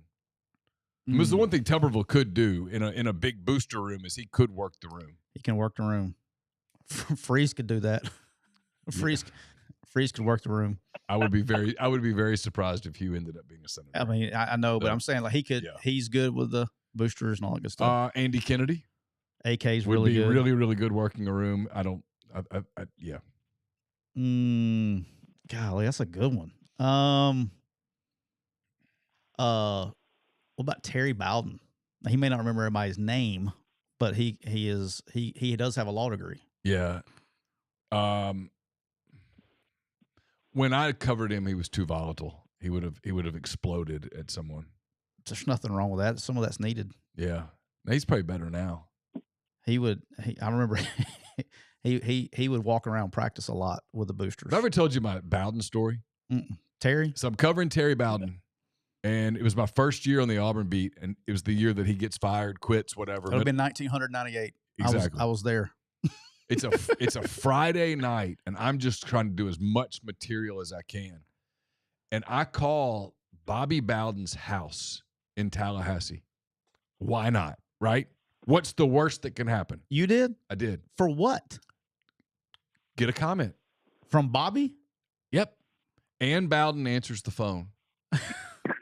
I tell her who I am. Did you look it up on information, or how'd you get the number? I had it. Okay. Had their house number. She answers the phone. I tell her who I am. And I said, I was wondering if I might be able to speak to Coach Bowden. And she said, hold on one second. Different times, man. And Bobby Bowden gets on the phone. And I tell him who I am. And you can tell by his voice, it's kind of like, boy, it took some balls to call here. And he gives me 3 or 4 quotes about his son being fired or quitting or whatever earlier that day. I thanked him for his time. He thanked me for calling, and that was that. All right, so I got the meat. And so when I sent that story, I typed it up fast, and sent it to the Birmingham Post-Herald. They were like, son of a bitch, you're not so bad. I'm impressed. That did take balls. Now, the next day, I'm at the Auburn-Louisiana Tech game at Jordan-Hare. I was there too. Well, I didn't need to be because I kept looking around like some of the other beat writers weren't there. You got to remember, I'm a pup on the beat at this point. Philip Marshall's not there. Charles Goldberg's not there. And I'm going, oh, this is not good. This is not good. Sure enough, it was not good. They were with Terry Bowden out at his ranch or whatever, getting all of the inside of what happened. I didn't have that. And so the next day, I'm getting my ass reamed thoroughly. And it's, you better break this story or you're off the beat. You better break the who's next story or you're off the beat. Dude, I didn't sleep again for a month. That's quick. It was because that was a while. That was like a 5-6 weeks. We were in the middle of the season. It was like 5 weeks. Ironically, in my man cave, I have a picture from that game. The Tech game. The La Tech game of coming off the field at halftime because I'm standing next to my roommate. We're coming off the field together.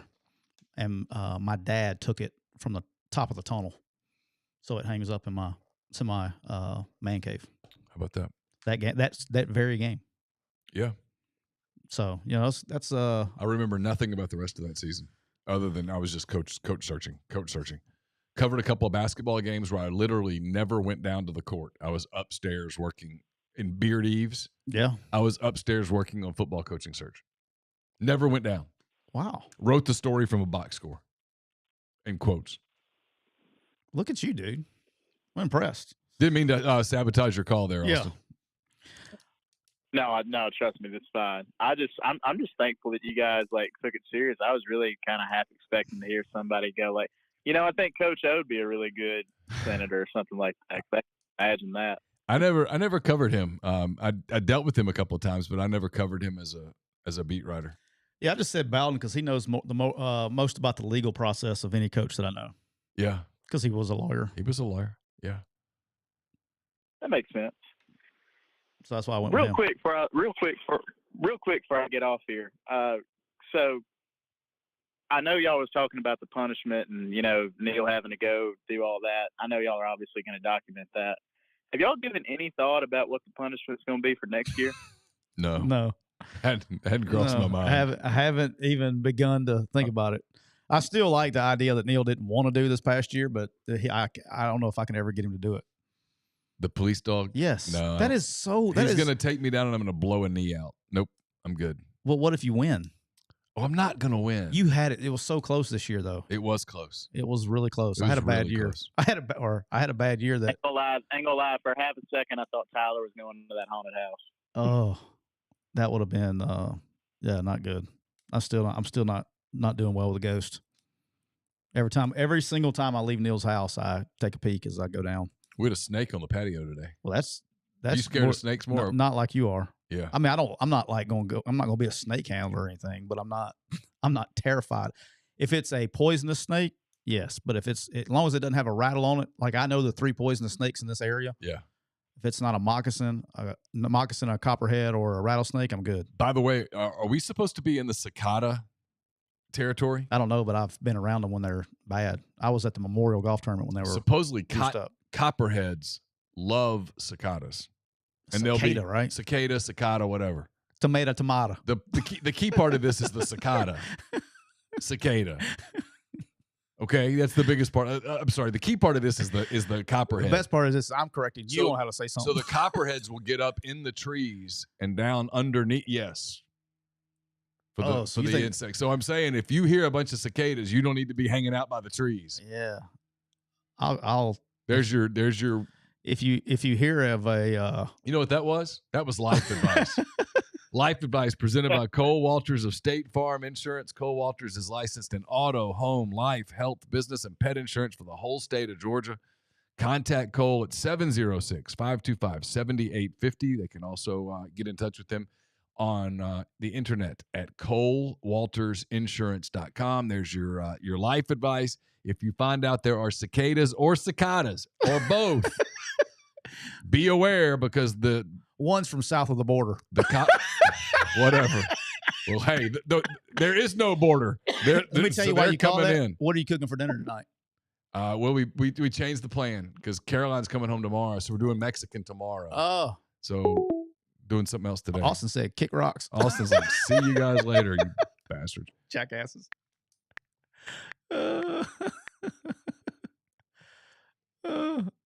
So we were at the Memorial. Ginger says they're really loud there, and Ginger's in the Nashville area. Okay, so are they coming this way? I don't know. They were I'd never been a part of all this, and I went to me and the wife went. This would have been This may have been 2020. Yeah, 2020. No, it'd been 2021. We went to. I don't know. COVID was still around, and we went to the Memorial Golf Tournament in Columbus, Ohio. Yeah. And they are out there. It was the year that they were, dude. They would be up in the trees and they would be hella loud. I mean, it was different now. They were everywhere. And they'd be on, they'd fly and get on your shirt and everything else. But yeah, no. Just be aware. Be aware. Watch out for the copperheads. Also, what kind of snake was it? It was just a garden snake. Did you kill it? No. Those are good snakes. I thought you told me there was no such thing as a good snake. I don't go mess with them, but I'm not going to kill a king. Did you go outside and mess with it, or did you just let it? No. I just let it do its thing. How long did it stay on the porch? Not long. I bet you. I'm convinced. I don't know. I think it's because I have a big dog, but I'm surprised. In my yard, because we have a big creek that runs behind our house, that we don't have any more water moccasins or anything up in the yard. Austin, thanks for the super chat. Appreciate that very much. Jeremy says they've been loud, and I'm assuming he means Louisville here, not Louisville. Louisville and Starkville, which is not far from here. Jam says also in Nashville, today's the first day I've really heard them. Oh, okay. We'll find out. Be on the lookout. Yeah, I was. I know if Ginger's in the Nashville area. I know they had bad storms up and around Nashville and Huntsville last night. Had a tornado hitting Huntsville. I know that was bad. Yeah, there was some bad ones. We were just on the edge of the go zone, but it didn't really get bad here. I kept waiting to hear the tornado warning phone call, and obviously it didn't come. Thank goodness. But I stayed up late watching. I don't think I slept super sound because I kept anticipating it was coming. Yeah. No, I felt bad for Chase last night. I texted him. I started to it. I just didn't have the heart. I did. Because he's only at that game because he's got to get stuff for, and the game goes 10 innings, 11 innings, 12 innings. And I literally went to bed in the 14th inning. And I woke up middle of the night and went, wonder what happened. And looked it up and saw it. And I was like, oh, bless. I texted him. That was the night. I turned it on. 15 innings, Murray State. All right, so I turned it on. I was going to let Knox watch it with me as he went to sleep. I turned it on. Dude, I turned on the bottom of the ninth. There were 2 outs. They were down by 1. And I was like, oh, be over or whatever pretty quick. Well, get a little double, a little walk the bases loaded, walk the run in. And I was like, all right, just finish it right here. Nope, they kept going. So Knox goes to bed. This thing went on forever. Yeah, they played. Forever. Like the time even. What time did that game end? Like 11 o'clock? Oh, dude, I'll put it like this. So my plan is he would let him watch that game, let him go to sleep, and I was going to watch the rest of the Cole's got me into watching playoff hockey. Because I watched the end of Nick's Pacers, which was a 7 o'clock start. Yeah. So it was like 5 hours and change or whatever. But I texted him in like the 14th inning. I said, are you still there covering this? And he said, I am ...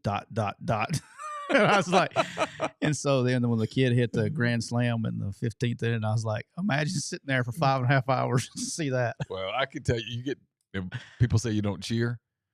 Once the game gets to about the 12th inning, you're cheering for whoever the hell is hitting. Whoever's hitting.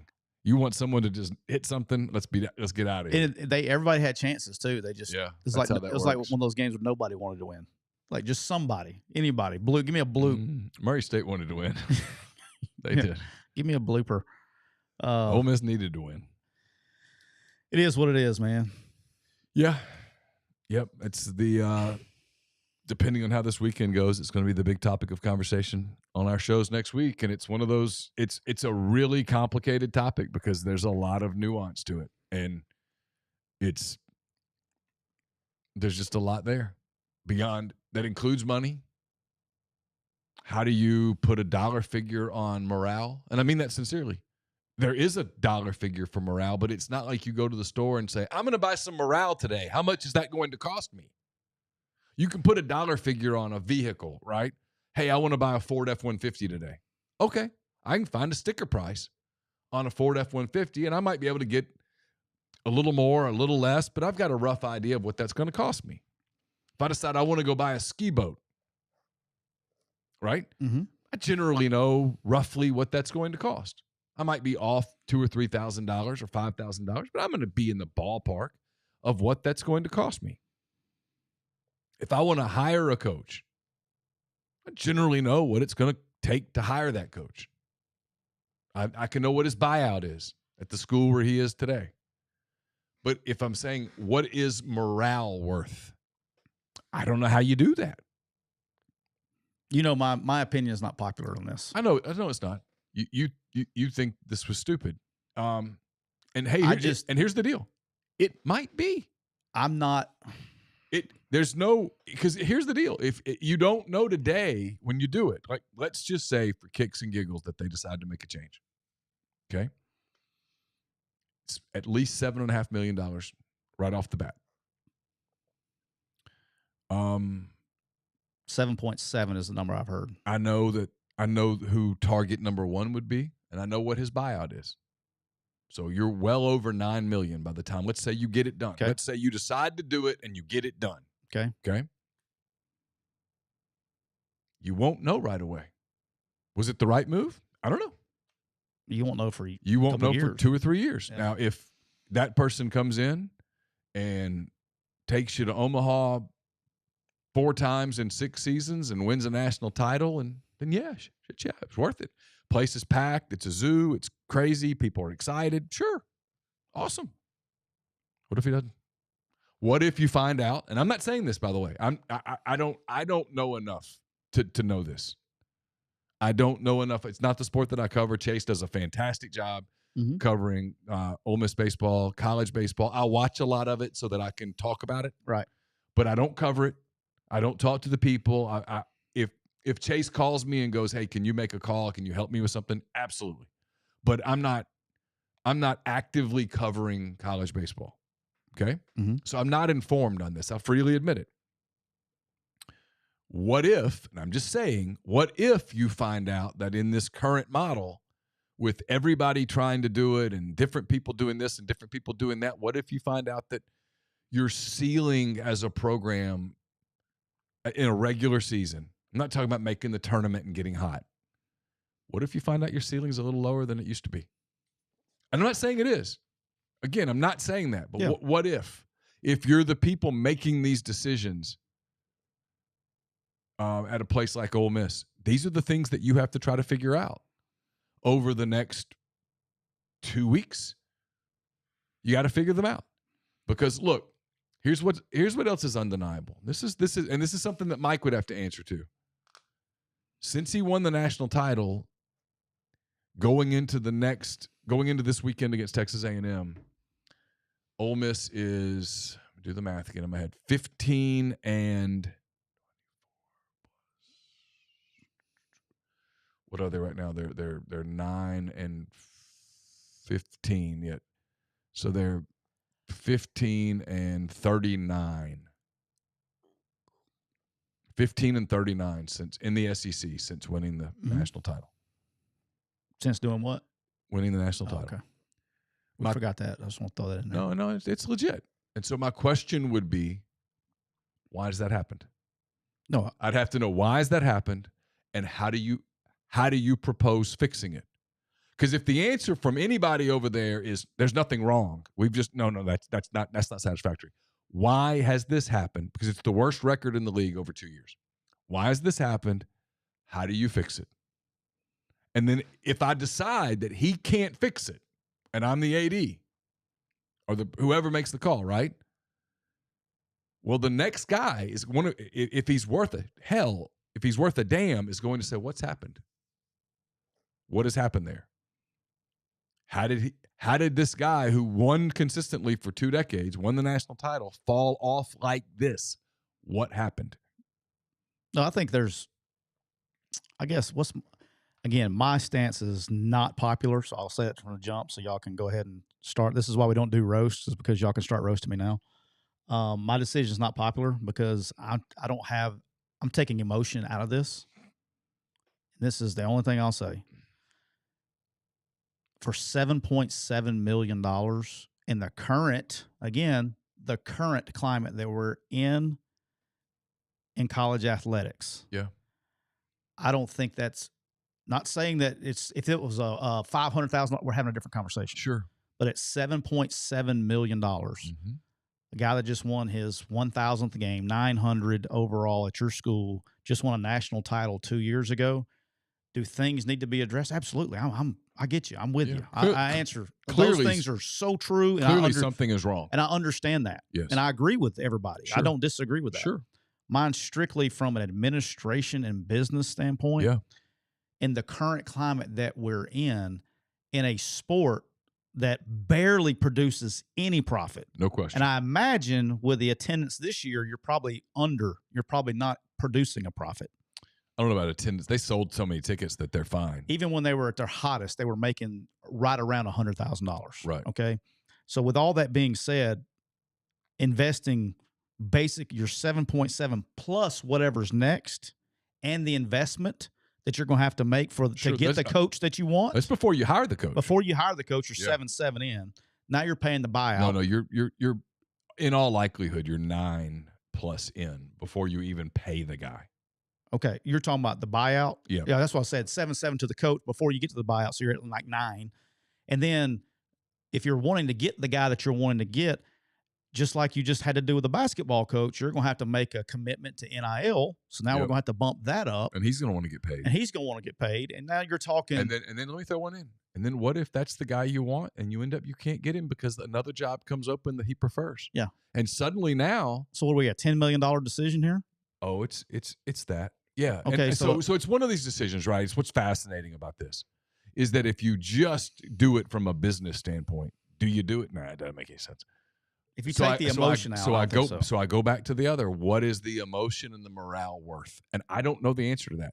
I don't go, right? I haven't been to a game at Baldwin. I haven't been to a game at Swayze as a non-media person since 2013. And I was only there for the first inning of that game. I can't comment on the morale part. I can't. No way.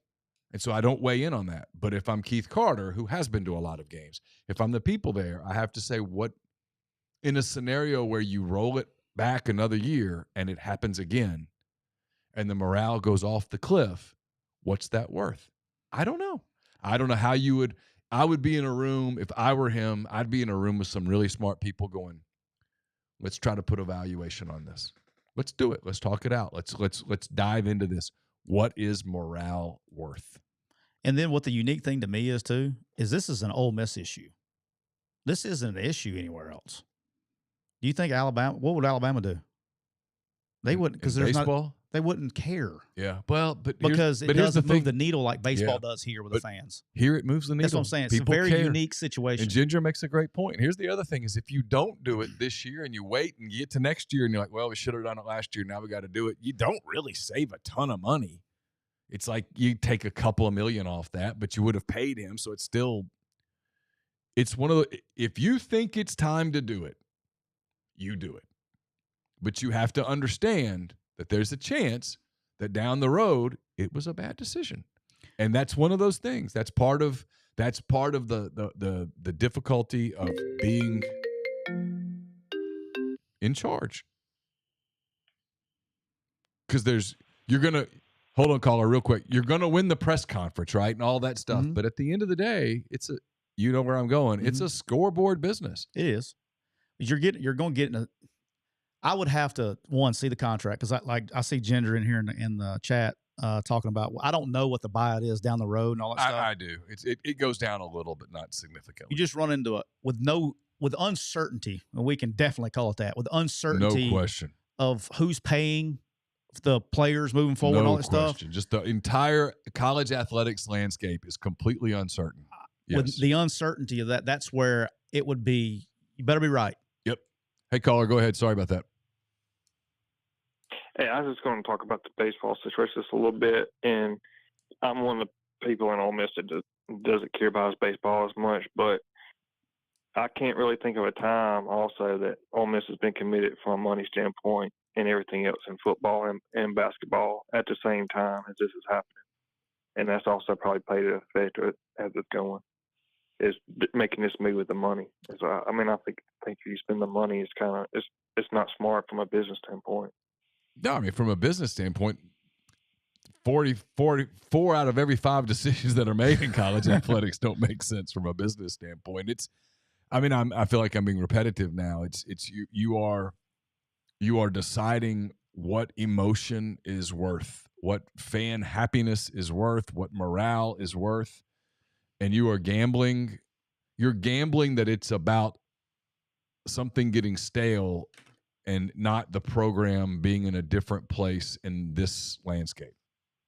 And I'm just going to tell you, I don't know enough about it to weigh in on that. And it's one of the reasons why I always push back a little bit where people go, where do they rank in NIL? I'm like, how the hell are you supposed to know? If I call Florida today and say, what's your baseball NIL? Are they going to give me a real number? Of course not. No. If I call Texas A&M today and say, what's your baseball NIL? They're not going to tell me the real number. So how the hell do you know? You kind of can do some anecdotal stuff, but I don't know that you can completely know that. I don't think you can make the decision based on that, and that might change because the rules might change. The scholarship thing might completely change here soon. There's just so much change that you have to decide whether you think the guy that you have can fix it or not. And if you don't think you can, you have to decide, can you get somebody who can, and go from there. It's not a cut and dry deal. I think one of the biggest questions is, if you spend that money, what is that pulling from, and what is that taking away from? And that's, it must be not worth it in that sense. Something. The money would go just from experience when you fire someone, okay, that the money will go to the foundation and all that stuff's moved to the foundation. Okay, so where is the money in the foundation coming from? So it comes from boosters, donors, all that. You go into donor fatigue and all that stuff. And at the end of the day, for me, again, I get it. I mean, I can't argue with anything that any fan brings up about this, that. I agree. I mean, I agree with most of it. It's just, if I was pulling the trigger, if I was an AD, I would not do it because of the uncertainty of where college athletics is and where the money is having to come from. I would much rather invest in, and this is me being actually, when people think I'm a dumbass, this is me being level-headed. The money generated for the universities is coming from football and then basketball in that order. Yeah. And so and what you've mentioned, I don't know, since we started this podcast and NIL became a thing, is can an athletic department truly invest in all three? It's difficult. I don't think they can. Now, are they investing in baseball? Sure. Yeah. But not to the level that they're doing in football and basketball. I think we can all agree on that. That appears to be the case. Yeah. Okay. So, and that's what I was saying is when you go hire and you fire this guy, Coach Bianco, you fire him. Okay. Well, now I'm out, 7.7 with him. And then I got to hire the new guy, his buyout. Well, the new guy that you're hiring is not taking that job unless you show him that you're going to further invest of what they've been doing. So you're adding money to that. Well, the check is not blank. There is a number. That's what I've been saying all along. Is the answer to everything can't just be more. Yeah, because it just can't be more. That doesn't. At some point, someone in the room goes, "There is no more." If you're paying more for it's pretty simple. If you're paying more money for baseball NIL, that's either coming away from basketball or it's coming away from football. Unless you can generate new sources of revenue, at which point, good for you. Yeah, if you can, great. I just don't see that. I don't think that's very hard. I don't think that's reality. To do. Yeah, because if you could get those lines of revenue, you would have already done it. Bo Wallace joining us now on Instagram. What's up, live. Bo? That's my man, Bo Cephas. Anything else? I was just on the Thunder real quick. I was going to see if you changed your prediction on the series. They looked good the other night, especially with their defense. I watched the game, and they looked really good. Yeah, they're really dialed in on defense. This might be me just emotionally hedging. My only thing is, if the basketball gods could come down, the question I would have is Luka hurt? How bad's he hurt? Like if Luka is limited and can't really be Luka, yeah, Thunder going to win the series easily. If Luka can get going, I still think there's a couple of games where Dallas is going to have a Luka game, a Kyrie game, and this thing goes a long way. But yeah, what I was saying, the Thunder is so deep. They're one of the deepest teams. They're so young. No, they're super deep. They're super deep, and they have 3 perimeter defenders in Lou Dort, Cason Wallace, and Jalen Williams, who are elite defenders. And in the NBA, when you can defend, man, it's a game changer. And Shea played really, really well Tuesday night. If he can do that again tonight and they go up 2-0, they go to Dallas, just have to get one. They're probably in pretty good shape. We'll see. I'll stick with I actually think they win the series and then lose the next series. They could. Yeah, that next series, if it's Minnesota, Oklahoma City, that's going to be those two teams when they play each other. It's been this way all year. When they play each other, it is something else because they both are so dialed in on defense. Oh, I think that is going to be the series. Minnesota's I don't think playing another level. All right, appreciate the call. That's it, guys. I appreciate you. All right, appreciate you, man. Thank you. All right, we're gonna wrap there. We've been rolling for a little longer than we intended to. Thanks to everybody who called in. It was fun. Tyler, thank you so much for coming in and doing this. You bet, man. Everybody wanted. Some people said do a solo, and I was like, I'm not ready to do a solo today. We'll be back next week. Another week of podcast. Start with Blue Sky Live on Monday morning. Chase will have coverage of Ole Miss, Texas A&M. Baseball out at Swayze Friday, Saturday, Sunday. The Sunday game, remember, is a later game. It's like 5:00. Ooh. Good luck to the Oxford Chargers. Yep. And happy Mother's Day to all the mothers out there. Happy Mother's Day to all the moms out there. We'll be back with McCready and Siskey on Monday afternoon as well. So hope everybody has a great, safe weekend. If you have ones that are graduating, congratulations. Enjoy it. And we will talk to you again on Monday. Take care. See you guys.